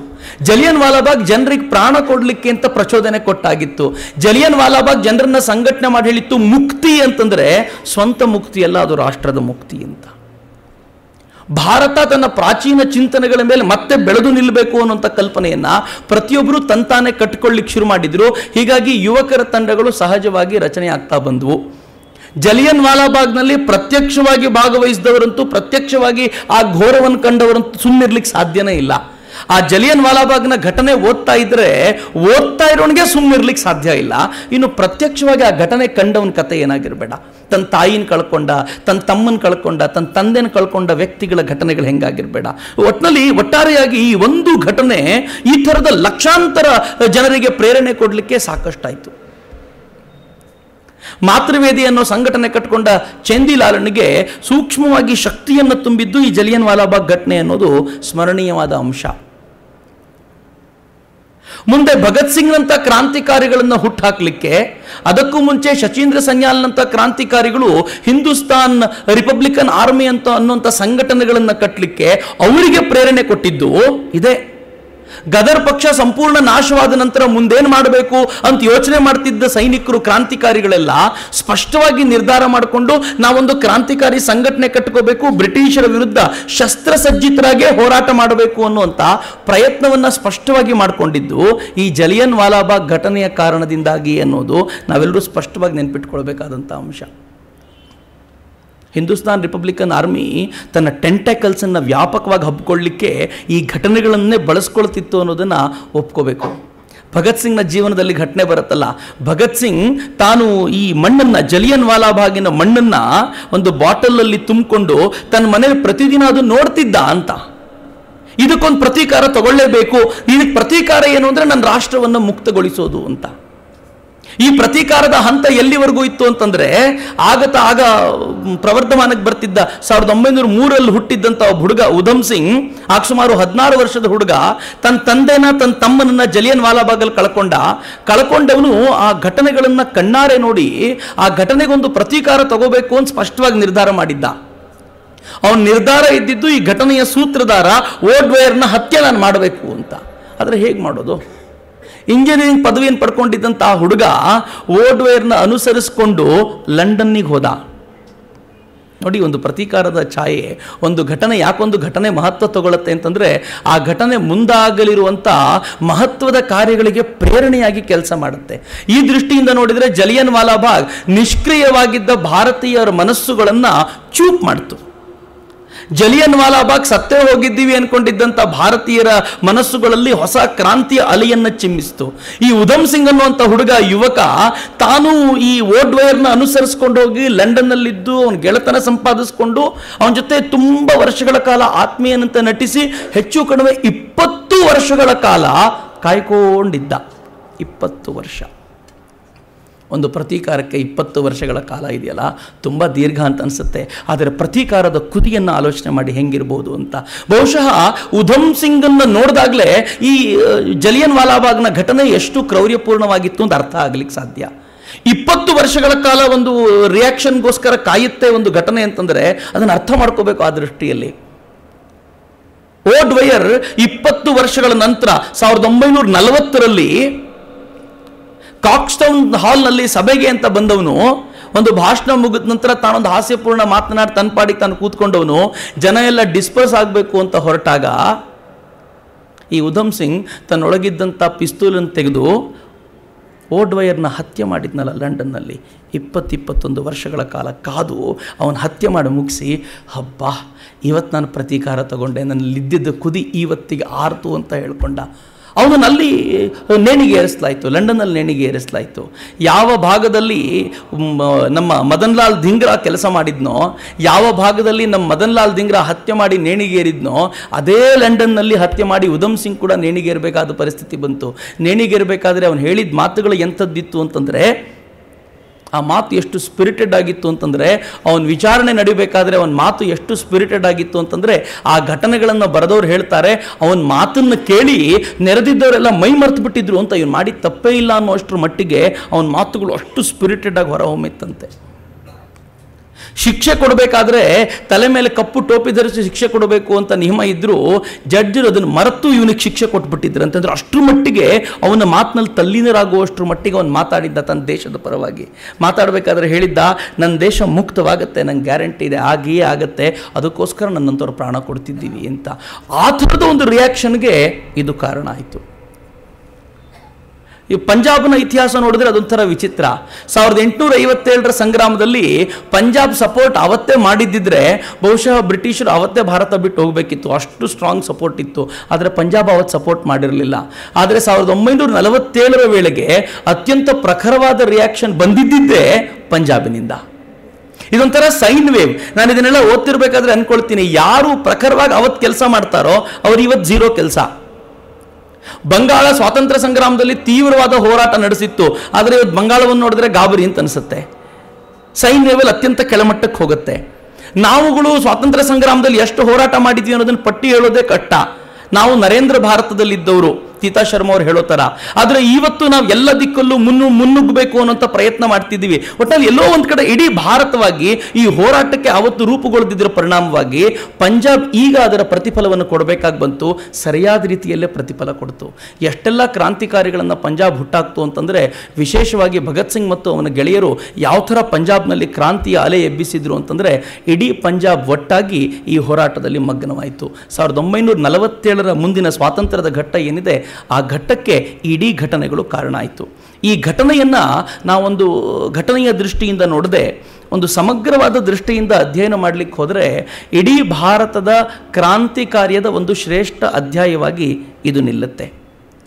1905ರ ಈ ವಂಗಭಂಗ ಚಳವಳಿಯ ನಂತರ 1919ರ ಈ ಜಲಿಯನ್ ವಾಲಾಬಾಗ್ ಇಡೀ ಭಾರತಕ್ಕೆ ಸ್ಫೂರ್ತಿಯನ್ನು ಕೊಟ್ಟು ಭಾರತೀಯರಲ್ಲಿ ಒಂದು ಚೈತನ್ಯವನ್ನು ಚಿಮ್ಮಿಸಿ ಭಾರತೀಯರು ಮುಂದೇನು ಮಾಡಬೇಕು ಅನ್ನೋಂಥ ದಿಕ್ಕನ್ನು ತೋರಿಸ್ತು. ಅದಕ್ಕೆ ಸರಿಯಾಗಿ 1919ಕ್ಕೆ ಕೆಲವೊಂದು ವಿಚಿತ್ರ ಘಟನೆಗಳು ನಡೆದವು. ಬಹುಶಃ ಭಾರತದ ದೃಷ್ಟಿಯಿಂದ ಯೋಚನೆ ಮಾಡೋದಾದರೆ ಅತ್ಯಂತ ದುರದೃಷ್ಟಕರ ಘಟನೆಗಳು ಕೆಲವೊಂದಾದವು.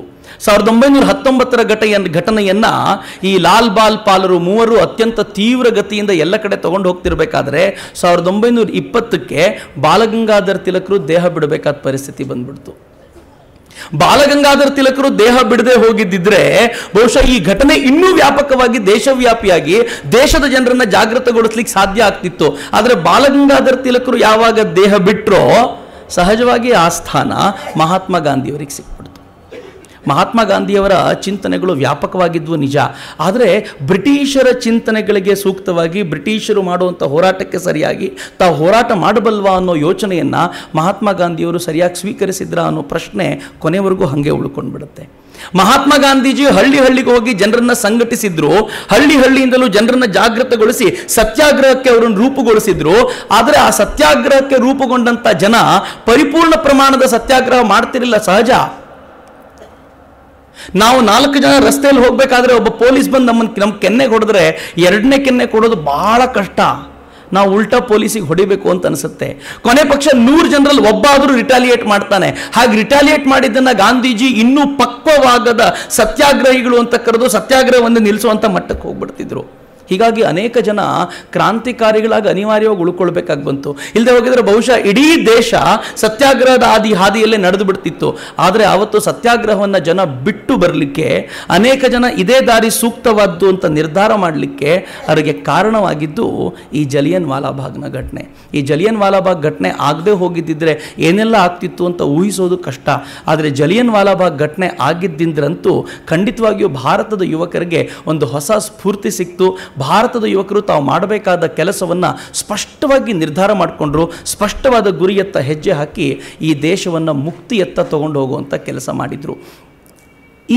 ಈ ಚಿಂತನೆಗಳನ್ನು ನಾವಿಟ್ಕೊಂಡು ಇವತ್ತು ಈ ಭಾರತದ ಇವತ್ತಿನ ಪರಿಸ್ಥಿತಿಯನ್ನು ಗಮನಿಸಬೇಕಾದಂಥ ಅಗತ್ಯ ಇದೆ. ಇವತ್ತು ಜಲಿಯನ್ ವಾಲಾಬಾಗ್ ಯಾವ ಥರದ ಸ್ಫೂರ್ತಿಯನ್ನು ಕೊಡಬಲ್ಲದು ಅಂತ.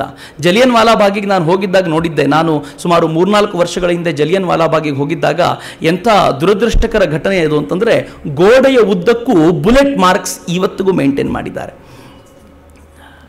ಒಂದು 35-40 ಬುಲೆಟ್ ಮಾರ್ಕ್ಸ್ ಕಾಣಬಹುದು. ಬಹುಶಃ ಆ 35-40 ಬುಲೆಟ್ ಮಾರ್ಕ್ಸ್ಗಳೇ ತಪ್ಪೋದಂಥ ಬುಲೆಟ್ಗಳು. ಉಳಿದಂತೆ 1600 ಬುಲೆಟ್ಗಳು ವರ್ಕ್ ಆಗಿವೆ. 1600 ಬುಲೆಟ್ಗಳಲ್ಲಿ 1300 ಜನರನ್ನು ಕೊಂದಿದ್ದಾನೆ ಅಂತಂದರೆ ಎಷ್ಟು ಹತ್ಯೆ ಮಾರಣ ಹೋಮ ಆಗಿರ್ಬೋದು ಆ ಜಲಿಯನ್ ವಾಲಾಬಾಗ್ನಲ್ಲಿ. ಬಹುಶಃ ಅದೊಂದು ಪಿಕ್ನಿಕ್ ಸ್ಪಾಟ್ ಆಗಬೇಕಾದಂಥ ಅಗತ್ಯ ಇದೆ. ನನ್ನ ಇತಿಹಾಸದ ಪಠ್ಯದಲ್ಲಿ ಜಲಿಯನ್ ವಾಲಾಬಾಗ್ನ ಬಗೆಗಿನ ಉಲ್ಲೇಖ ಕೆಲವು ಸಾಲುಗಳದ್ದು ಮಾತ್ರ. ಕ್ರೌರ್ಯ ನಡೆದಿದ್ದರ ಉಲ್ಲೇಖ ಆಗಬಾರದು ಅನ್ನೋದರ ಚರ್ಚೆ ತುಂಬಾ ನಡೆಯುತ್ತೆ. ಆದರೆ ಇದು ಕ್ರೌರ್ಯ ನಡೆದಿದ್ದಲ್ಲ, ಇದು ಪಾಶವಿ ಕೃತ್ಯ. ಯಾವುದಾದ್ರೂ ಒಂದು ರಾಷ್ಟ್ರವನ್ನ ಯಾವುದನ್ನ ಶ್ರೇಷ್ಠ ಅಂತ ನಮಗೆ ಪಾಠ ಮಾಡಲಾಗುತ್ತೋ ಆ ರಾಷ್ಟ್ರ ನನ್ನ ದೇಶದ ಮೇಲೆ ಮಾಡಿದಂಥ ಪಾಶವಿ ಕೃತ್ಯವನ್ನ ಮುಂದಿನ ಪೀಳಿಗೆಗೆ ತಿಳಿಸದೆ ಹೋದ್ರೆ ಅನ್ಯಾಯ ಮಾಡಿದಂತಾಗುತ್ತೆ. ನನ್ನ ಪಠ್ಯಪುಸ್ತಕದಲ್ಲಿ ಅದನ್ನು ಸೇರಿಸ್ಲಿಕ್ಕೆ ಪ್ರಯತ್ನವೇ ಪಡಲಿಲ್ಲ ನಾವು. ಈ ಪಾಶವಿ ಕೃತ್ಯದ ನಂತರ ಭಾರತ ಯಾವ ಪರಿ ಕ್ರಾಂತಿಕಾರಿ ಮಾರ್ಗದಲ್ಲಿ ಹೆಜ್ಜೆ ಹಾಕ್ತು, ಯಾವ ಪರಿ ದೇಶವನ್ನು ಮುಕ್ತಗೊಳಿಸಲಿಕ್ಕೆ ಒಂದು ಸ್ಪಷ್ಟವಾದ ಮಾರ್ಗ ಹುಡುಕ್ತು ಅನ್ನುವಂಥ ಪ್ರಯತ್ನ ಇದೆಯಲ್ಲ, ಅದು ಕೂಡ ಅಷ್ಟೇ ಅಗತ್ಯ. ಈ ಕೃತ್ಯದಿಂದಾಗಿ ಉಧಮ್ ಸಿಂಗ್ ಲಂಡನ್ನಲ್ಲಿ ತಾನು ಓಡ್ವೈಯರ್ನ ಹತ್ಯೆ ಮಾಡ್ದ, ಓಡ್ವೈಯರ್ನ ಕತೆ ಮುಗಿಸ್ದ. ಅದು ಮುಗಿಸಿದ ನಂತರ ಸುಭಾಷ್ ಚಂದ್ರ ಬೋಸರಿಗೆ ಎಷ್ಟು ತಾಕತ್ತು ಬಂತು ಅನ್ನೋದನ್ನ ನಮ್ಮ ಮುಂದಿನ ಪೀಳಿಗೆಗೆ ನಾವು ತಿಳಿಸಲೇಬೇಕು. ಆ ವೇಳೆಗಾಗಲೇ ಸುಭಾಷ್ ಚಂದ್ರ ಬೋಸರು ಜಗತ್ತಿನ ಅನೇಕ ರಾಷ್ಟ್ರಗಳನ್ನು ತಿರುಗಾಡಿ ಅಲ್ಲಿನ ಜನರಿಗೆ ಭಾರತ ಅಂದ್ರೆ ಏನು ಅಂತ ಹೇಳುವಂತ ಪ್ರಯತ್ನ ಮಾಡ್ತಿದ್ರು. ಆದರೆ ಅನೇಕರಿಗೆ ನಂಬಿಕೆ ಇರಲಿಲ್ಲ. ಬಹಳ ಜನ ಭಾರತ ಅಂದ್ರೆ ಹೇಡಿಗಳ ರಾಷ್ಟ್ರ ಅಂತಾನೆ ತಿಳ್ಕೊಂಡ್ಬಿಟ್ಟಿದ್ರು. ನೀವಿನ್ನೂ ಲೆಟರ್ ಕೊಡೋದ್ರಲ್ಲಿ, ಅರ್ಜಿ ಕೊಡೋದ್ರಲ್ಲಿ ಮಗ್ನರಾಗಿದ್ದೀರಾ, ನಿಮಗೆ ಸ್ವಾತಂತ್ರ್ಯ ಬೇಕಾಗಿಲ್ಲ ಅಂತ ಮೂದಲಿಸ್ತಾ ಇದ್ರು. ಆದರೆ ಯಾವಾಗ ಉಧಮ್ ಸಿಂಗ್ ಲಂಡನ್ನಲ್ಲಿ ಹತ್ಯೆ ಮಾಡಿದ್ದೋ ಆಗ ಸುಭಾಷ್ ಚಂದ್ರ ಬೋಸರಿಗೆ ಎಷ್ಟು ಬಲ ಸಿಕ್ತು ಅಂತಂದ್ರೆ, ನೋಡಿ ನಮ್ಮ ಜನ ಎಂಥ ಕೆಲಸ ಮಾಡ್ತಿದ್ದಾರೆ ಅಂತ. ನಮ್ಮ ಜನಕ್ಕೆ ಸ್ವಾತಂತ್ರ್ಯ ಬೇಕಾಗಿದೆ. ನಮ್ಮ ಜನ ಲಂಡನ್ವರೆಗೂ ಅಟ್ಟಿಸ್ಕೊಂಡು ಹೋಗಿ ನಮ್ಮ ಮೇಲೆ ಆಕ್ರಮಣ ಮಾಡಿದವ್ರನ್ನ, ನಮ್ಮನ್ನು ತುಳಿಯೋರನ್ನ ಬಡಿಯಬಲ್ಲರು ಅನ್ನುವಂಥ ಒಂದು ಆತ್ಮವಿಶ್ವಾಸ ಇದೆಯಲ್ಲ, ಅದು ಸುಭಾಷರಿಗೆ ಸಿಕ್ತು. ಸುಭಾಷರ ಕೆಲಸ ಮಾಡಲಿಕ್ಕೆ ಬಹುಶಃ ಉಧಮ್ ಸಿಂಗ್ನ ಹೌತಾತ್ಮ್ಯ ಕೂಡ ಒಂದು ಪ್ರೇರಣೆ ಅನ್ನೋದನ್ನು ನಾವು ಈ ಸಂದರ್ಭದಲ್ಲಿ ಒಪ್ಕೊಳ್ಳೇಬೇಕು. ಇಲ್ಲದೆ ಹೋದರೆ ಬೇರೆ ವಿಧಿ ಇಲ್ಲ. ಆ ಥರದ ಕೆಲಸಗಳಾಗಿವೆಯಲ್ಲ ಇದರಿಂದ.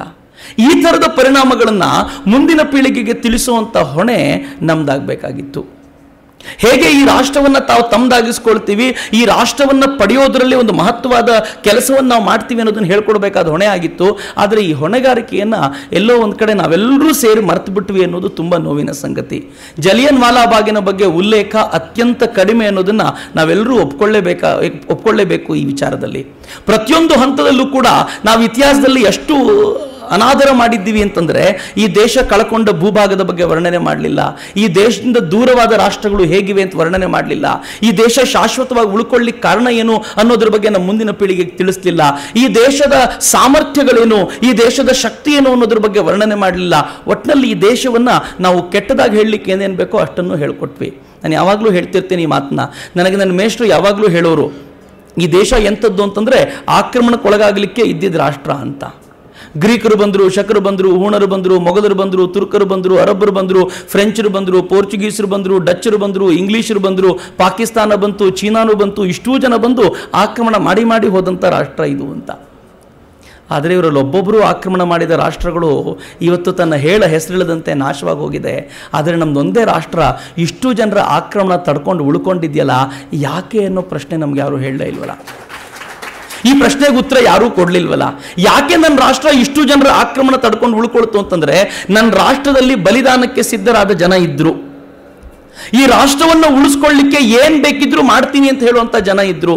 ಈ ವ್ಯವಸ್ಥೆಯನ್ನ ಗಟ್ಟಿಯಾಗಿ ಉಳಿಸ್ಲಿಕ್ಕೆ ನಾನು ಏನು ಬೇಕಿದ್ರು ಮಾಡ್ತೀನಿ ಅಂತ ಹೇಳುವಂತ ಜನ ಇದ್ರು. ಹೀಗಾಗಿ ಭಾರತ ಉಳ್ಕೊಳ್ತು. ಇದು ಮುಂದಿನ ಪೀಳಿಗೆಗೆ ವರ್ಗಾವಣೆ ಆಗ್ಬೇಕಿತ್ತಲ್ಲ, ಈ ಚಿಂತನೆ ಟ್ರಾನ್ಸ್ಫರ್ ಆಗಬೇಕಿತ್ತಿಲ್ಲ. ಈ ಚಿಂತನೆಯಿಂದ ಸ್ಫೂರ್ತಿಗೊಂಡು ಈ ಚಿಂತನೆಯನ್ನು ಒಳಗೆ ಸೇರಿಸಿ ಅವ್ರನ್ನ ಗಟ್ಟಿ ಮಾಡುವಂಥ ಪ್ರಯತ್ನ ಎಲ್ಲೋ ಒಂದು ಕಡೆ ನಾವು ಮಾಡಬೇಕಿತ್ತು. ಅದನ್ನು ಮರೆತಿದ್ರ ಪರಿಣಾಮವಾಗಿ ಇವತ್ತು ಈ ಥರದ ಒಂದು ಜನಾಂಗವನ್ನು ಸೃಷ್ಟಿ ಮಾಡಿಬಿಟ್ಟಿದ್ದೀವಿ. ನಾನಾಗಲೇ ಹೇಳಿದ್ನಲ್ಲ, ಈ ವ್ಯವಸ್ಥೆಗಳನ್ನು ನಾಶ ಮಾಡೋದರಲ್ಲಿ ಎಷ್ಟು ನಿಸ್ಸೀಮರಾಗಿದ್ದರು ಅಂದರೆ, ಈ ದೇಶದ ಬಗ್ಗೆ ಕೆಟ್ಟದಾಗಿ ಮಾತಾಡೋದನ್ನು ಸ್ಪಷ್ಟವಾಗಿ ನಮ್ಮ ತಲೆಗೆ ತುಂಬಿಕೊಟ್ಟು ಹೋದವರು ಅದೇ ಬ್ರಿಟಿಷರು. ಈ ದೇಶವನ್ನು ಕೆಟ್ಟದಾಗಿ ಪ್ರೆಸೆಂಟ್ ಹೆಂಗೆ ಮಾಡಬೇಕೋ ಹಂಗೆ ಮಾಡಿ ಅಂತ ಹೇಳಿಕೊಟ್ರು. ಈ ದೇಶದ ಜನ ನೋಡಲಿಕ್ಕೆ ಕರಿಯರ ಕಂಡು ನಮ್ಮ ಥರ ವೇಷಭೂಷಣ ಹಾಕೊಳ್ಳಿಕ್ಕೆ, ನಮ್ಮ ಥರ ಮಾತಾಡಲಿಕ್ಕೆ, ನಮ್ಮ ಥರ ಪಾರ್ಟಿಗಳಿಗೆ ಹಣ ಖರ್ಚು ಮಾಡಲಿಕ್ಕೆ ನಾನು ಅಂಥದ್ದೊಂದು ವ್ಯವಸ್ಥೆ ರೂಪಿಸ್ಕೊಡ್ತೀನಿ ಅಂತ ಹೇಳಿದಂಥ ಮೆಕಾಲೆ ಅಕ್ಷರಶಃ ಅಂತ ವ್ಯವಸ್ಥೆಯನ್ನು ರೂಪಿಸ್ದ. ನಾವು ಇವತ್ತಿಗೂ ಕೂಡ ಅದರಿಂದ ಹೊರಗೆ ಬರ್ಲಿಕ್ಕೆ ಸಾಧ್ಯ ಆಗ್ತಿಲ್ಲ. ಇವತ್ತಿಗೂ ಕೂಡ ನನ್ನತನ, ನನ್ನ ಚಿಂತನೆ, ನನ್ನ ವಿಚಾರಗಳನ್ನು ಹೇಳ್ಕೊಡ್ಲಿಕ್ಕೆ ಸಾಧ್ಯ ಆಗ್ತಿಲ್ಲ. ಹೀಗೆ ಹೇಳ್ಕೊಡ್ಬೇಕು ಅಂತಂದ್ರೆ ಈ ಘಟನೆಗಳನ್ನು ನಾವು ಮುಂದಿನ ಪೀಳಿಗೆಗೆ ಹೇಳುವಂಥ ಅಗತ್ಯ ಇದೆ. ಇದ್ದಂಥ ಕೆಲವು ಘಟನೆಗಳು ಈ ರಾಷ್ಟ್ರದ ದಿಕ್ಕನ್ನು, ಈ ರಾಷ್ಟ್ರದ ತಿರುವನ್ನು ಚೇಂಜ್ ಮಾಡಿದಂಥ ಘಟನೆಗಳು. ಆ ಘಟನೆಗಳನ್ನು ನಾವು ವ್ಯಾಪಕವಾಗಿ ಮುಂದಿನ ಪೀಳಿಗೆಗೆ ಹೇಳಿಕೊಟ್ಟು ಆ ಮುಂದಿನ ಪೀಳಿಗೆಯನ್ನು ರಾಷ್ಟ್ರ ರಕ್ಷಣೆಗೋಸ್ಕರ ತಯಾರು ಮಾಡುವಂಥ ಜವಾಬ್ದಾರಿಯನ್ನು, ಹೊಣೆಗಾರಿಕೆಯನ್ನು ನಾವೆಲ್ಲರೂ ತೋರಿಸಬೇಕಾದಂಥ ಅಗತ್ಯ ಇದೆ. ಹಾಗಾದಾಗ ಮಾತ್ರ ಈ ಜಲಿಯನ್ ವಾಲಾ ಬಾಗ್ನ ಸ್ಮರಣೆ ಸಾರ್ಥಕವಾಗುತ್ತೆ. 90 ವರ್ಷಗಳ ಸ್ಮರಣೆ ಸಾಮಾನ್ಯವಾದ್ದಲ್ಲ. 90 ವರ್ಷಗಳ ಹಿಂದೆ ಪ್ರಾಣ ಕೊಟ್ಟವರನ್ನು ಮರೆತು ಬಿಡೋದು ಕೂಡ ಕೃತಜ್ಞತೆಯ ವಿಚಾರ ಅಲ್ಲ, ಅದು ಕೃತಜ್ಞತೆಯಾಗ್ಬಿಡುತ್ತೆ. ನಮಗೆಲ್ಲರಿಗೂ ಒಂದು ಅವಕಾಶ ಈ ನೆಪದಲ್ಲಿ ಸಿಕ್ಕಿದೆ. ಈ 90 ವರ್ಷಗಳ ಈ ಹೋರಾಟದ ಈ ಕಥನವನ್ನು, 90 ವರ್ಷಗಳ ಹಿಂದಿನ ಆ ಘಟನೆಯನ್ನು ನಾವು ಸ್ಮರಿಸಿಕೊಳ್ಳೋಣ. ಅದನ್ನು ಮುಂದಿನ ಪೀಳಿಗೆಗೆ ವರ್ಗಾಯಿಸೋಣ.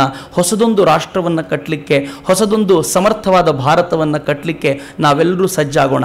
ಭಾರತ ನಾಶವಾಗೋದಿಲ್ಲ. ಸ್ವಾಮಿ ವಿವೇಕಾನಂದರು ತುಂಬ ಚೆನ್ನಾಗಿ ಹೇಳ್ತಾರೆ, ಭಾರತದ ಕೇಂದ್ರ ಧರ್ಮ, ಅಕಸ್ಮಾತ್ ಭಾರತ ನಾಶ ಆಯಿತು ಅಂತಂದರೆ ಜಗತ್ತಿನಲ್ಲಿ ಒಳ್ಳೆತನ ಅನ್ನೋದು ನಾಶವಾಗುತ್ತೆ ಅಂತ. ನಂಗೆ ಮೊದಲು ಅನ್ನಿಸ್ತಾ ಇತ್ತು ಸ್ವಾಮೀಜಿ ತುಂಬ ಫೆನೆಟಿಕ್ ಇಂಡಿಯನ್ ಲವರ್ ಅಂತ, ಅದಕ್ಕೋಸ್ಕರ ಹಂಗೆ ಹೇಳಿರ್ಬೋದು ಅಂತ. ಆದರೆ ಸತ್ಯ ನೋಡಿ, ಅಫ್ಘಾನಿಸ್ತಾನ ನಮ್ಮದೇ ಭಾಗ, ನಮ್ಮದೇ ಪಾರ್ಟ್. ಗಾಂಧಾರ ಅಂತ ಕರೀತಿದ್ರು. ಗಾಂಧಾರಿನ ಅಲ್ಲಿಂದೇ ಕರೆಸ್ಕೊಂಡಿದ್ದು ನಾವು. ಗಾಂಧಾರ ನಮ್ಮಿಂದ ದೂರವಾಯಿತು, ಅಫ್ಘಾನಿಸ್ತಾನ ಆಯಿತು. ಇವತ್ತಲ್ಲಿ ಒಳ್ಳೆಯತನ ಅನ್ನೋದು ಝೀರೋ. ಜಗತ್ತು ಅದನ್ನು ಮೂಸಿ ಕೂಡ ನೋಡ್ಲಿಕ್ಕೆ ತಯಾರಿಲ್ಲ. 1947ವರೆಗೂ ನಮ್ಮ ಜೊತೆ ಇದ್ದ ಪಾಕಿಸ್ತಾನ ಅತ್ಯಂತ ಶ್ರೇಷ್ಠ ರಾಷ್ಟ್ರವಾಗಿತ್ತು, ನಮ್ಮ ಭಾಗ, ನಮ್ಮ ತುಂಡು. ಆದರೆ ಇವತ್ತು ಬೇರೆ ಆದ ನಂತರ ಜಗತ್ತೆಲ್ಲ ಪಾಕಿಸ್ತಾನನ ಡೌಟ್ ಕಂಗಳಿಂದ ನೋಡುತ್ತೋ ಏನೋ ಸಮಸ್ಯೆ ಇದೆ ಇಲ್ಲಿ ಅಂತ. ನಮ್ಮ ಭಾಗವಾಗಿರೋವರೆಗೂ ಬಾಂಗ್ಲಾದೇಶಕ್ಕೆ ಅತ್ಯಂತ ಗೌರವ ಇತ್ತು. ನಮ್ಮಿಂದ ದೂರ ಆಯಿತು, ಬಾಂಗ್ಲಾದೇಶವನ್ನು ಕೇಳೋರಿಲ್ಲ. ಇವತ್ತು ಬಾಂಗ್ಲಾದೇಶ ಅಂದರೆ ಹೆದರ್ಕೊಳ್ತಾರೆ, ದೂರ ಇರಬೇಕಾದ್ರಿಂದ ಅಂತ. ಸ್ವಾಮೀಜಿ ಎಷ್ಟು ಚೆನ್ನಾಗಿ ಅವತ್ತು ದಾರ್ಶನಿಕರ ಥರ ಹೇಳಿದರು, ಭಾರತದಿಂದ ದೂರವಾಗೋದು ಅಂದರೆ, ಭಾರತ ಇಲ್ಲವಾಗೋದು ಅಂದರೆ ಒಳ್ಳೆತನ ನಾಶವಾಗೋದು, ಕ್ರೌರ್ಯವೇ ಮೆರೆದಾಡೋದು ಅಂತ ಅರ್ಥ ಅಂತ. ಹಾಗೇನಾದರೂ ಕ್ರೌರ್ಯವೇ ಜಗತ್ತಿನ ಎಲ್ಲೆಡೆಯಲ್ಲೂ ಇದೆ ಅಂದರೆ ಜಗತ್ತೇ ನಾಶವಾಗಿ ಹೋಗುತ್ತೆ, ಸೃಷ್ಟಿ ನಾಶವಾಗಿ ಹೋಗುತ್ತೆ ಅಂತ. ಭಗವಂತನಿಗೊಂದು ದರ್ದಿದೆ, ಅವನಿಗೆ ಸೃಷ್ಟಿ ಉಳಿಬೇಕು ಅಂದರೆ ಭಾರತನ ಉಳಿಸ್ಕೊಳ್ಬೇಕು ಅಂತ. ಸೊ ಹೀಗಾಗಿ ಭಾರತ ನಾಶವಾಗೋಲ್ಲ ಸರಿ, ಆದರೆ ಈ ಭಾರತ ಉಳಿಬೇಕು ಅಂತಂದರೆ ನಾವೆಲ್ಲರೂ ಇಂಥ ಘಟನೆಗಳನ್ನು ಮೆಲುಕು ಹಾಕಬೇಕು, ಪೌರುಷವಂತರಾಗಬೇಕು. Strength is life, weakness is death ಅಂತ ಹೇಳಿದ ಮಾತು ಅಕ್ಷರಶಃ ಸತ್ಯ. ಪೌರುಷ ಇಲ್ಲದ ನಾಡು ಏನನ್ನೂ ಕಟ್ಟಲಿಕ್ಕೆ ಸಾಧ್ಯ ಇಲ್ಲ. ಅಂಥ ಪೌರುಷವಂತಿಕೆ ನಮ್ಮೆಲ್ಲರಲ್ಲೂ ಬರಬೇಕು ಅಂತಂದರೆ ಈ ಚಿಂತನೆಗಳು ತೀವ್ರವಾಗಬೇಕು. ಇದು ಕ್ರೌರ್ಯಕ್ಕೆ ಪ್ರೇರಣೆ ಕೊಟ್ಟು ಕೊಲ್ಲಬೇಕು ಅಂತ ಹೇಳೋದಲ್ಲ, ನಮ್ಮ ರಕ್ತದಲ್ಲಿಲ್ಲ ಅದು. ನಮ್ಮ ದೇಶದೊಳಕ್ಕೆ ಭಯೋತ್ಪಾದಕರು ಬಂದು ನುಗ್ಗಿ ದಾಳಿ ಮಾಡಿದರೂ ಕೂಡ ನಾವೇ ಅರ್ಜಿ ಕೊಟ್ಟು ಸಾವರಿಸ್ಕೊಂಡು ಹೋಗುವಂಥ ಜನರಾಗ್ಬಿಟ್ಟಿದ್ದೀವಿ ನಾವು. ಸ್ವಲ್ಪ ಮಟ್ಟಿಗೆ ಆದರೂ ಪೌರುಷವಂತಿಕೆ ತಂದುಕೋಬೇಕು ಅಂತಂದರೆ ಎಲ್ಲೋ ಒಂದು ಕಡೆ ಚಿಂತನೆಗಳಲ್ಲಿ ಇದು ಸೇರ್ಕೋಬೇಕು. ನಮ್ಮ ಚಿಂತನೆಗಳಲ್ಲಿ ಮದನ್ ಲಾಲ್ ದಿಂಗ್ರಾನ ಹೌತಾತ್ಮ್ಯದ ಚಿಂತನೆ ಬರಬೇಕು. ನಮ್ಮ ವಿಚಾರಗಳಲ್ಲಿ ಉಧಮ್ ಸಿಂಗ್ನ ಕುರಿತಾದ ಚಿಂತನೆ ಬರಬೇಕು. ಭಗತ್ ಸಿಂಗ್ ಪ್ರಾಣ ಕೊಡುವಾಗ ಅವನ ಜೀವನ ಹೆಂಗಿತ್ತು ಅನ್ನೋದರ ಆಲೋಚನೆ ಬರಬೇಕು. 24 ವರ್ಷಕ್ಕೆ ತೀರ್ಕೊಳ್ಳುವಂಥ ವಯಸ್ಸು ಭಗತ್ ಯಾರದೇ ವ್ಯಕ್ತಿದಲ್ಲ, ಆದರೆ ಭಗತ್ ಸಿಂಗ್ ದೇಶಕ್ಕೋಸ್ಕರ ಪ್ರಾಣ ಕೊಟ್ಟನಲ್ಲ. ಈ ದೇಶ ಹಾಗೆ ಬಂದಿತ್ತಲ್ಲ. 6.5 ಲಕ್ಷ ಜನರ ರಕ್ತ ಹರಿದು ಸಿಕ್ಕಂಥ ಈ ಸ್ವಾತಂತ್ರ್ಯವನ್ನು ಉಳಿಸ್ಕೋಬೇಕು ಅಂತಂದರೆ ಈ ಘಟನೆಗಳು ನಮ್ಮ ಮನಸ್ಸಿನಲ್ಲಿ ಅಚ್ಚಳಿಯದೆ ಉಳಿಬೇಕು. ಈ ಘಟನೆಗಳ ಆಧಾರದ ಮೇಲೆ ಮುಂದಿನ ರಾಷ್ಟ್ರವನ್ನು ನಾವು ಕಟ್ಟುವಂತಾಗಬೇಕು. ನೀವೆಲ್ಲರೂ ಈ ದಿಸೆಯಲ್ಲಿ ರಾಷ್ಟ್ರವನ್ನು ಕಟ್ಟುವಂಥ ವ್ಯಕ್ತಿಗಳು, ರಾಷ್ಟ್ರವನ್ನು ಕಟ್ಟಲಿಕ್ಕೆ ಮುಂದಿನ ಸಮಾಜಕ್ಕೆ, ಮುಂದಿನ ಪೀಳಿಗೆಗೆ ಪ್ರೇರಕರು ಅಂತ ಭಾವಿಸ್ತಾ ಈ ಜಲಿಯನ್ ವಾಲಾ ಬಾಗ್ ಸ್ಮರಣೆಯಲ್ಲಿ ನನ್ನೊಂದೆರಡು ಮಾತುಗಳನ್ನು ಇಡಲಿಕ್ಕೆ ಅನುಮತಿ ಕೊಟ್ಟಂಥ ಎಲ್ಲರಿಗೂ ವಂದಿಸ್ತೇನೆ. ವಂದೇ ಮಾತರಂ. ಜೈ ಹಿಂದ್.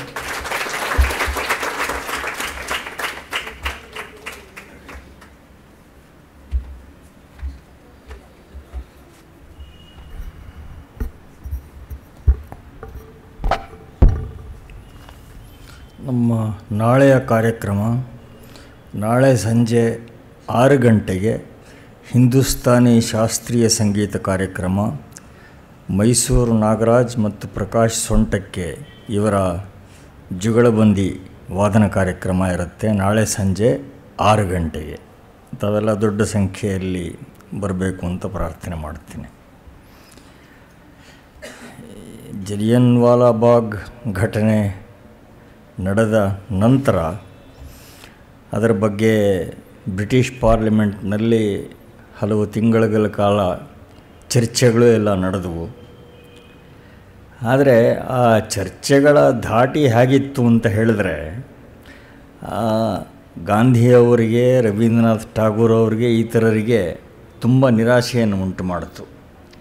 ಅಲ್ಲಿ ಈ ನಿಯಮಗಳ ಪ್ರಕಾರ ಡೇರ್ ಮಾಡಿದ್ದು ಸರಿಯೇ, ಮಿಲಿಟರಿ ಶಾಸ್ತ್ರದ ಪ್ರಕಾರ ಅವನ ನಡವಳಿಕೆ ಸರಿಯೇ, ಮತ್ತು ಡೇಯರನ್ನು ಅವನ್ನ ಕ್ಷಮಿಸಬೇಕೇ, ಶಿಕ್ಷಿಸಬೇಕೇ, ಅಥವಾ ಅವನ್ನ ಪದವಿಯನ್ನು ಕಿತ್ತುಕೊಳ್ಬೇಕೇ, ಯಾವುದು ಸೂಕ್ತ, ಈ ರೀತಿ ತಾಂತ್ರಿಕ ಅಂಶಗಳ ಬಗ್ಗೆ ಅಲ್ಲಿ ಹೆಚ್ಚಿನ ಭಾಗ ಬ್ರಿಟಿಷ್ ಪಾರ್ಲಿಮೆಂಟಲ್ಲಿ ಚರ್ಚೆ ನಡೀತೆ ಹೊರತು ಆ ಇಡೀ ಘಟನೆ ಎಷ್ಟು ಅನೈತಿಕವಾದ್ದು ಅನ್ನೋದ್ರ ಬಗ್ಗೆ ಒಂದು ಮಾತು ಆಡಿದವರು ಯಾರೂ ಇಲ್ಲ ಬ್ರಿಟಿಷ್ ಸಂಸತ್ತಿನಲ್ಲಿ. ಅದು ಆ ನಾಗರಿಕತೆಯ ಸ್ವಭಾವ ಏನು ಅನ್ನೋದು ಇದರಿಂದ ಊಹಿಸಬಹುದು. ಮೊದಲು ವಿಚಾರ ಮಾಡಬೇಕಾಗಿದ್ದ ಸಂಗತಿ ಇದು ನೈತಿಕವೇ ಅಂತ. ಅದರ ಬಗ್ಗೆ ಯಾರೂ ಮಾತಾಡಲೇ ಇಲ್ಲ. ಅಲ್ಲಿ ಬರೀ ತಾಂತ್ರಿಕ ಅಂಶಗಳ ಬಗ್ಗೆ ಇದು ಇಂಥ ನಿಯಮದ ಇಷ್ಟನೇ ಪ್ಯಾರಾಗ್ರಾಫ್ಗೆ ಇದು ಅನುಗುಣವಾಗಿತ್ತೆ ಡಯರ್ ಮಾಡಿದ್ದು, ಇಂಥ ಚರ್ಚೆ ಬ್ರಿಟಿಷ್ ಸಂಸತ್ನಲ್ಲಿ ನಡೀತು. ಟ್ಯಾಗೋರ್ ಅವರು ತುಂಬ ಬೇಸರಗೊಂಡು ಬರೆದರು, it shows that no outrage however monstrous committed against us by agents of their government can arouse feelings of indignation in the hearts of those from whom our governors are chosen. Tagore ಅವರು ಬರೆದ ಪತ್ರ ಅದು. ಆಮೇಲೆ ಆಗಬೇಕಾದ್ದೆಲ್ಲ ಆಯಿತು ಅಂತ ಇಟ್ಕೊಳ್ಳೋಣ. General ಡಯರ್ನ ಉಧಮ್ ಸಿಂಗ್ 1940ರಲ್ಲಿ ಕಾಕ್ಸ್ಟನ್ ಹಾಲ್ನಲ್ಲಿ ಸಾಯಿಸಿದ್ದು ಇದೆಲ್ಲ ಗೊತ್ತು.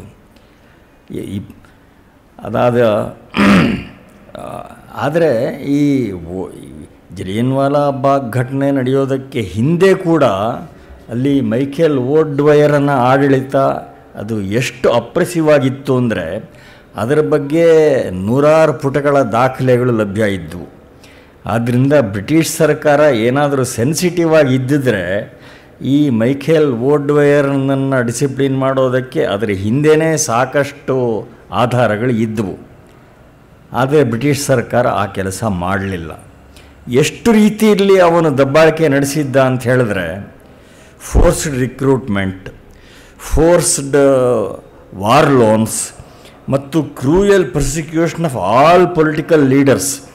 ಯಾರೋ ಒಂದು ಸಣ್ಣ ಮೆರವಣಿಗೆ ಮಾಡಿದ್ರೂ ಅವರಿಗೆ ಅತ್ಯಂತ ಉಗ್ರವಾದ ಶಿಕ್ಷೆ ಕೊಡ್ತಾ ಇದ್ದೆ. ಹೀಗಾಗಿ ಈ ಜಲಿಯನ್ ವಾಲಾ ಬಾಗ್ ಘಟನೆಗೆ ಮುಂಚೆನೇ ಡ್ವಯರ್ ತಾನು ಎಂಥ ರಕ್ಕಸ ಅನ್ನೋದನ್ನು ತೋರಿಸ್ಕೊಂಡು ಆಗಿತ್ತು. ಆದರೂ ಬ್ರಿಟಿಷ್ ಸರ್ಕಾರ ಏನೂ ಕ್ರಮ ಕೈಗೊಂಡಿರಲಿಲ್ಲ.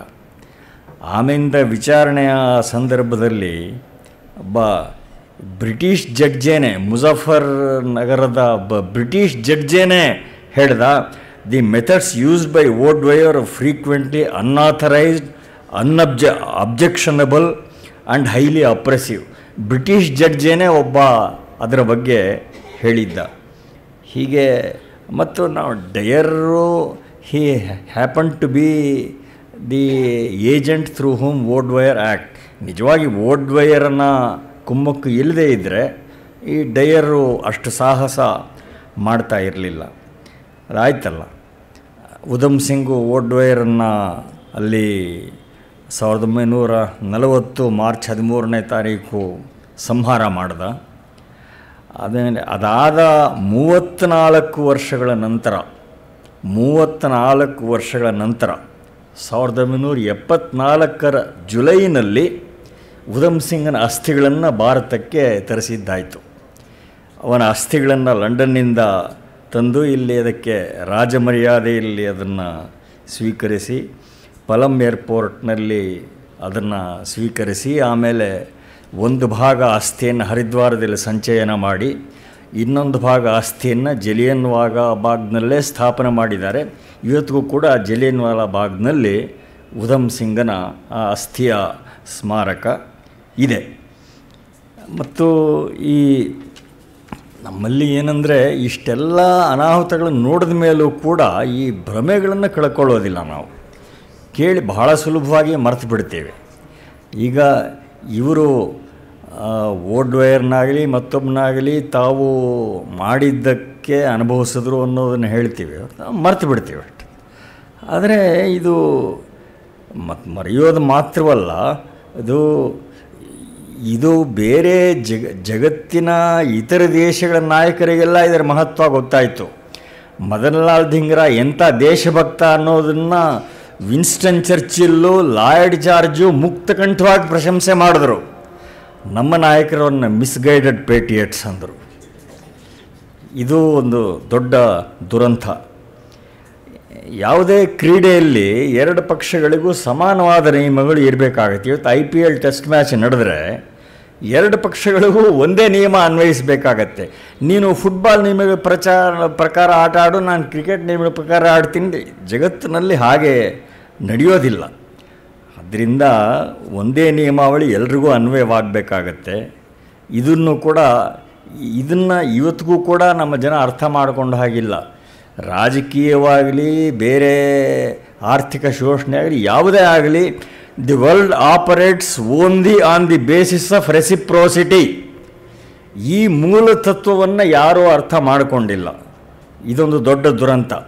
ಜಗತ್ತು ನಡೆಯೋದೇ ರೆಸಿಪ್ರೋಸಿಟಿ ಆಧಾರದ ಮೇಲೆ. ನೀನು ನನಗೆ ಮರ್ಯಾದೆ ಕೊಟ್ಟರೆ ನಾನು ನಿನಗೆ ಮರ್ಯಾದೆ ಕೊಡ್ತೀನಿ. ನೀನು ನನ್ನ ಬಗ್ಗೆ ಹೀನಾಯವಾಗಿ ನಡ್ಕೊಂಡ್ರೆ ನಾನು ನಿನ್ನ ಬಗ್ಗೆ ಅದೇ ರೀತಿ ನಡ್ಕೊಳ್ತೀನಿ. ಜಗತ್ತು ನಡೆಯೋದೇ ಈ ಆಧಾರದ ಮೇಲೆ. ಈ ಜಗತ್ತಿನ ಮೂಲ ಸ್ವರೂಪವನ್ನು ಗ್ರಹಿಸದೇ ಇದ್ದರೆ ಯಾವತ್ತೂ ನಾವು ಈ ದುರಂತಗಳನ್ನು ತಪ್ಪಿಸ್ಕೊಳ್ಳೋದಕ್ಕೆ ಆಗೋದಿಲ್ಲ. ಇದನ್ನೇ ಸುಭಾಷ್ ಚಂದ್ರ ಬೋಸ್ ಹೇಳಿದ್ದು, the British who spilled the blood of innocent freedom-loving Indians and tortured them inhumanly must pay for their crimes. ಇದು ಸುಭಾಷ್ ಚಂದ್ರ ಬೋಸ್ ಹೇಳಿದರು. ಸುಭಾಷ್ ಚಂದ್ರ ಬೋಸ್ ಅವರಿಗೆ ಕಲ್ಪನೆ ಸ್ಪಷ್ಟವಾಗಿತ್ತು, ಚಿಂತನೆ ಸ್ಪಷ್ಟವಾಗಿತ್ತು. ಜಗತ್ತಿನ ನಿಯಮವೇ ಆಗಿದೆ. ಅದರಿಂದ ಇವತ್ತಿಗೂ ಕೂಡ ಈ ಮಾನಸಿಕ ಗೊಂದಲನ ನೋಡ್ತಾ ಇದ್ದೇವೆ. ಸೋನಿಯಾ ಕಾಂಗ್ರೆಸ್ ಎಷ್ಟು ಸುಣ್ಣ ಬಣ್ಣ ಹಚ್ಚಿದರೂ ಜಗದೀಶ್ ಟೈಟ್ಲರು, HKL ಭಗತ್ತು ಅವರ ಪಾಪ ಪ್ರಕ್ಷಾಳನೆ ಆಗೋದಿಲ್ಲ. ನೀವು ಎಷ್ಟೇ ಸುಣ್ಣ ಬಣ್ಣ ಟೈಟ್ಲರ್ಗೆ ಹಚ್ಬೋದು, ಅವರ ಪಾಪ ಪ್ರಕ್ಷಾಳನೆ ನಿಶ್ಚಿತವಾಗಿ ಆಗೋದಿಲ್ಲ. ಈ ಮೂಲ ತತ್ವಗಳನ್ನು ನಾವು ಅರ್ಥ ಮಾಡಿಕೊಳ್ಬೇಕಾಗಿದೆ. ಅದನ್ನು ನಮಗೆ ಅರ್ಥ ಮಾಡಿಸುವಂಥ ಒಂದು ಸಂದರ್ಭ ಈ ಜಲಿಯನ್ ವಾಲಾ ಬಾಗ್, ಅದರ ಸ್ಮರಣೆ. ಇದನ್ನು ನಾವು ಯಾವತ್ತೂ ಮರೆಯಬಾರದ ಇತಿಹಾಸದ ಒಂದು ಖಂಡ. ಇದರ ಬಗ್ಗೆ ಬಹಳ ರೋಚಕವಾಗಿ ಬೋಧಕವಾಗಿ ಮಿತ್ರರಾದ ಚಕ್ರವರ್ತಿ ಸೂಲಿಬೆಲೆ ಅವರು ನಮಗೆಲ್ಲ ತಿಳುವಳಿಕೆ ಕೊಟ್ಟಿದ್ದಾರೆ. ಅವರಿಗೆ ತಮ್ಮೆಲ್ಲರ ಪರವಾಗಿ, ಗೋಖಲೆ ಸಂಸ್ಥೆಯ ಪರವಾಗಿ ಕೃತಜ್ಞತೆಯನ್ನು ಸಲ್ಲಿಸ್ತೇನೆ.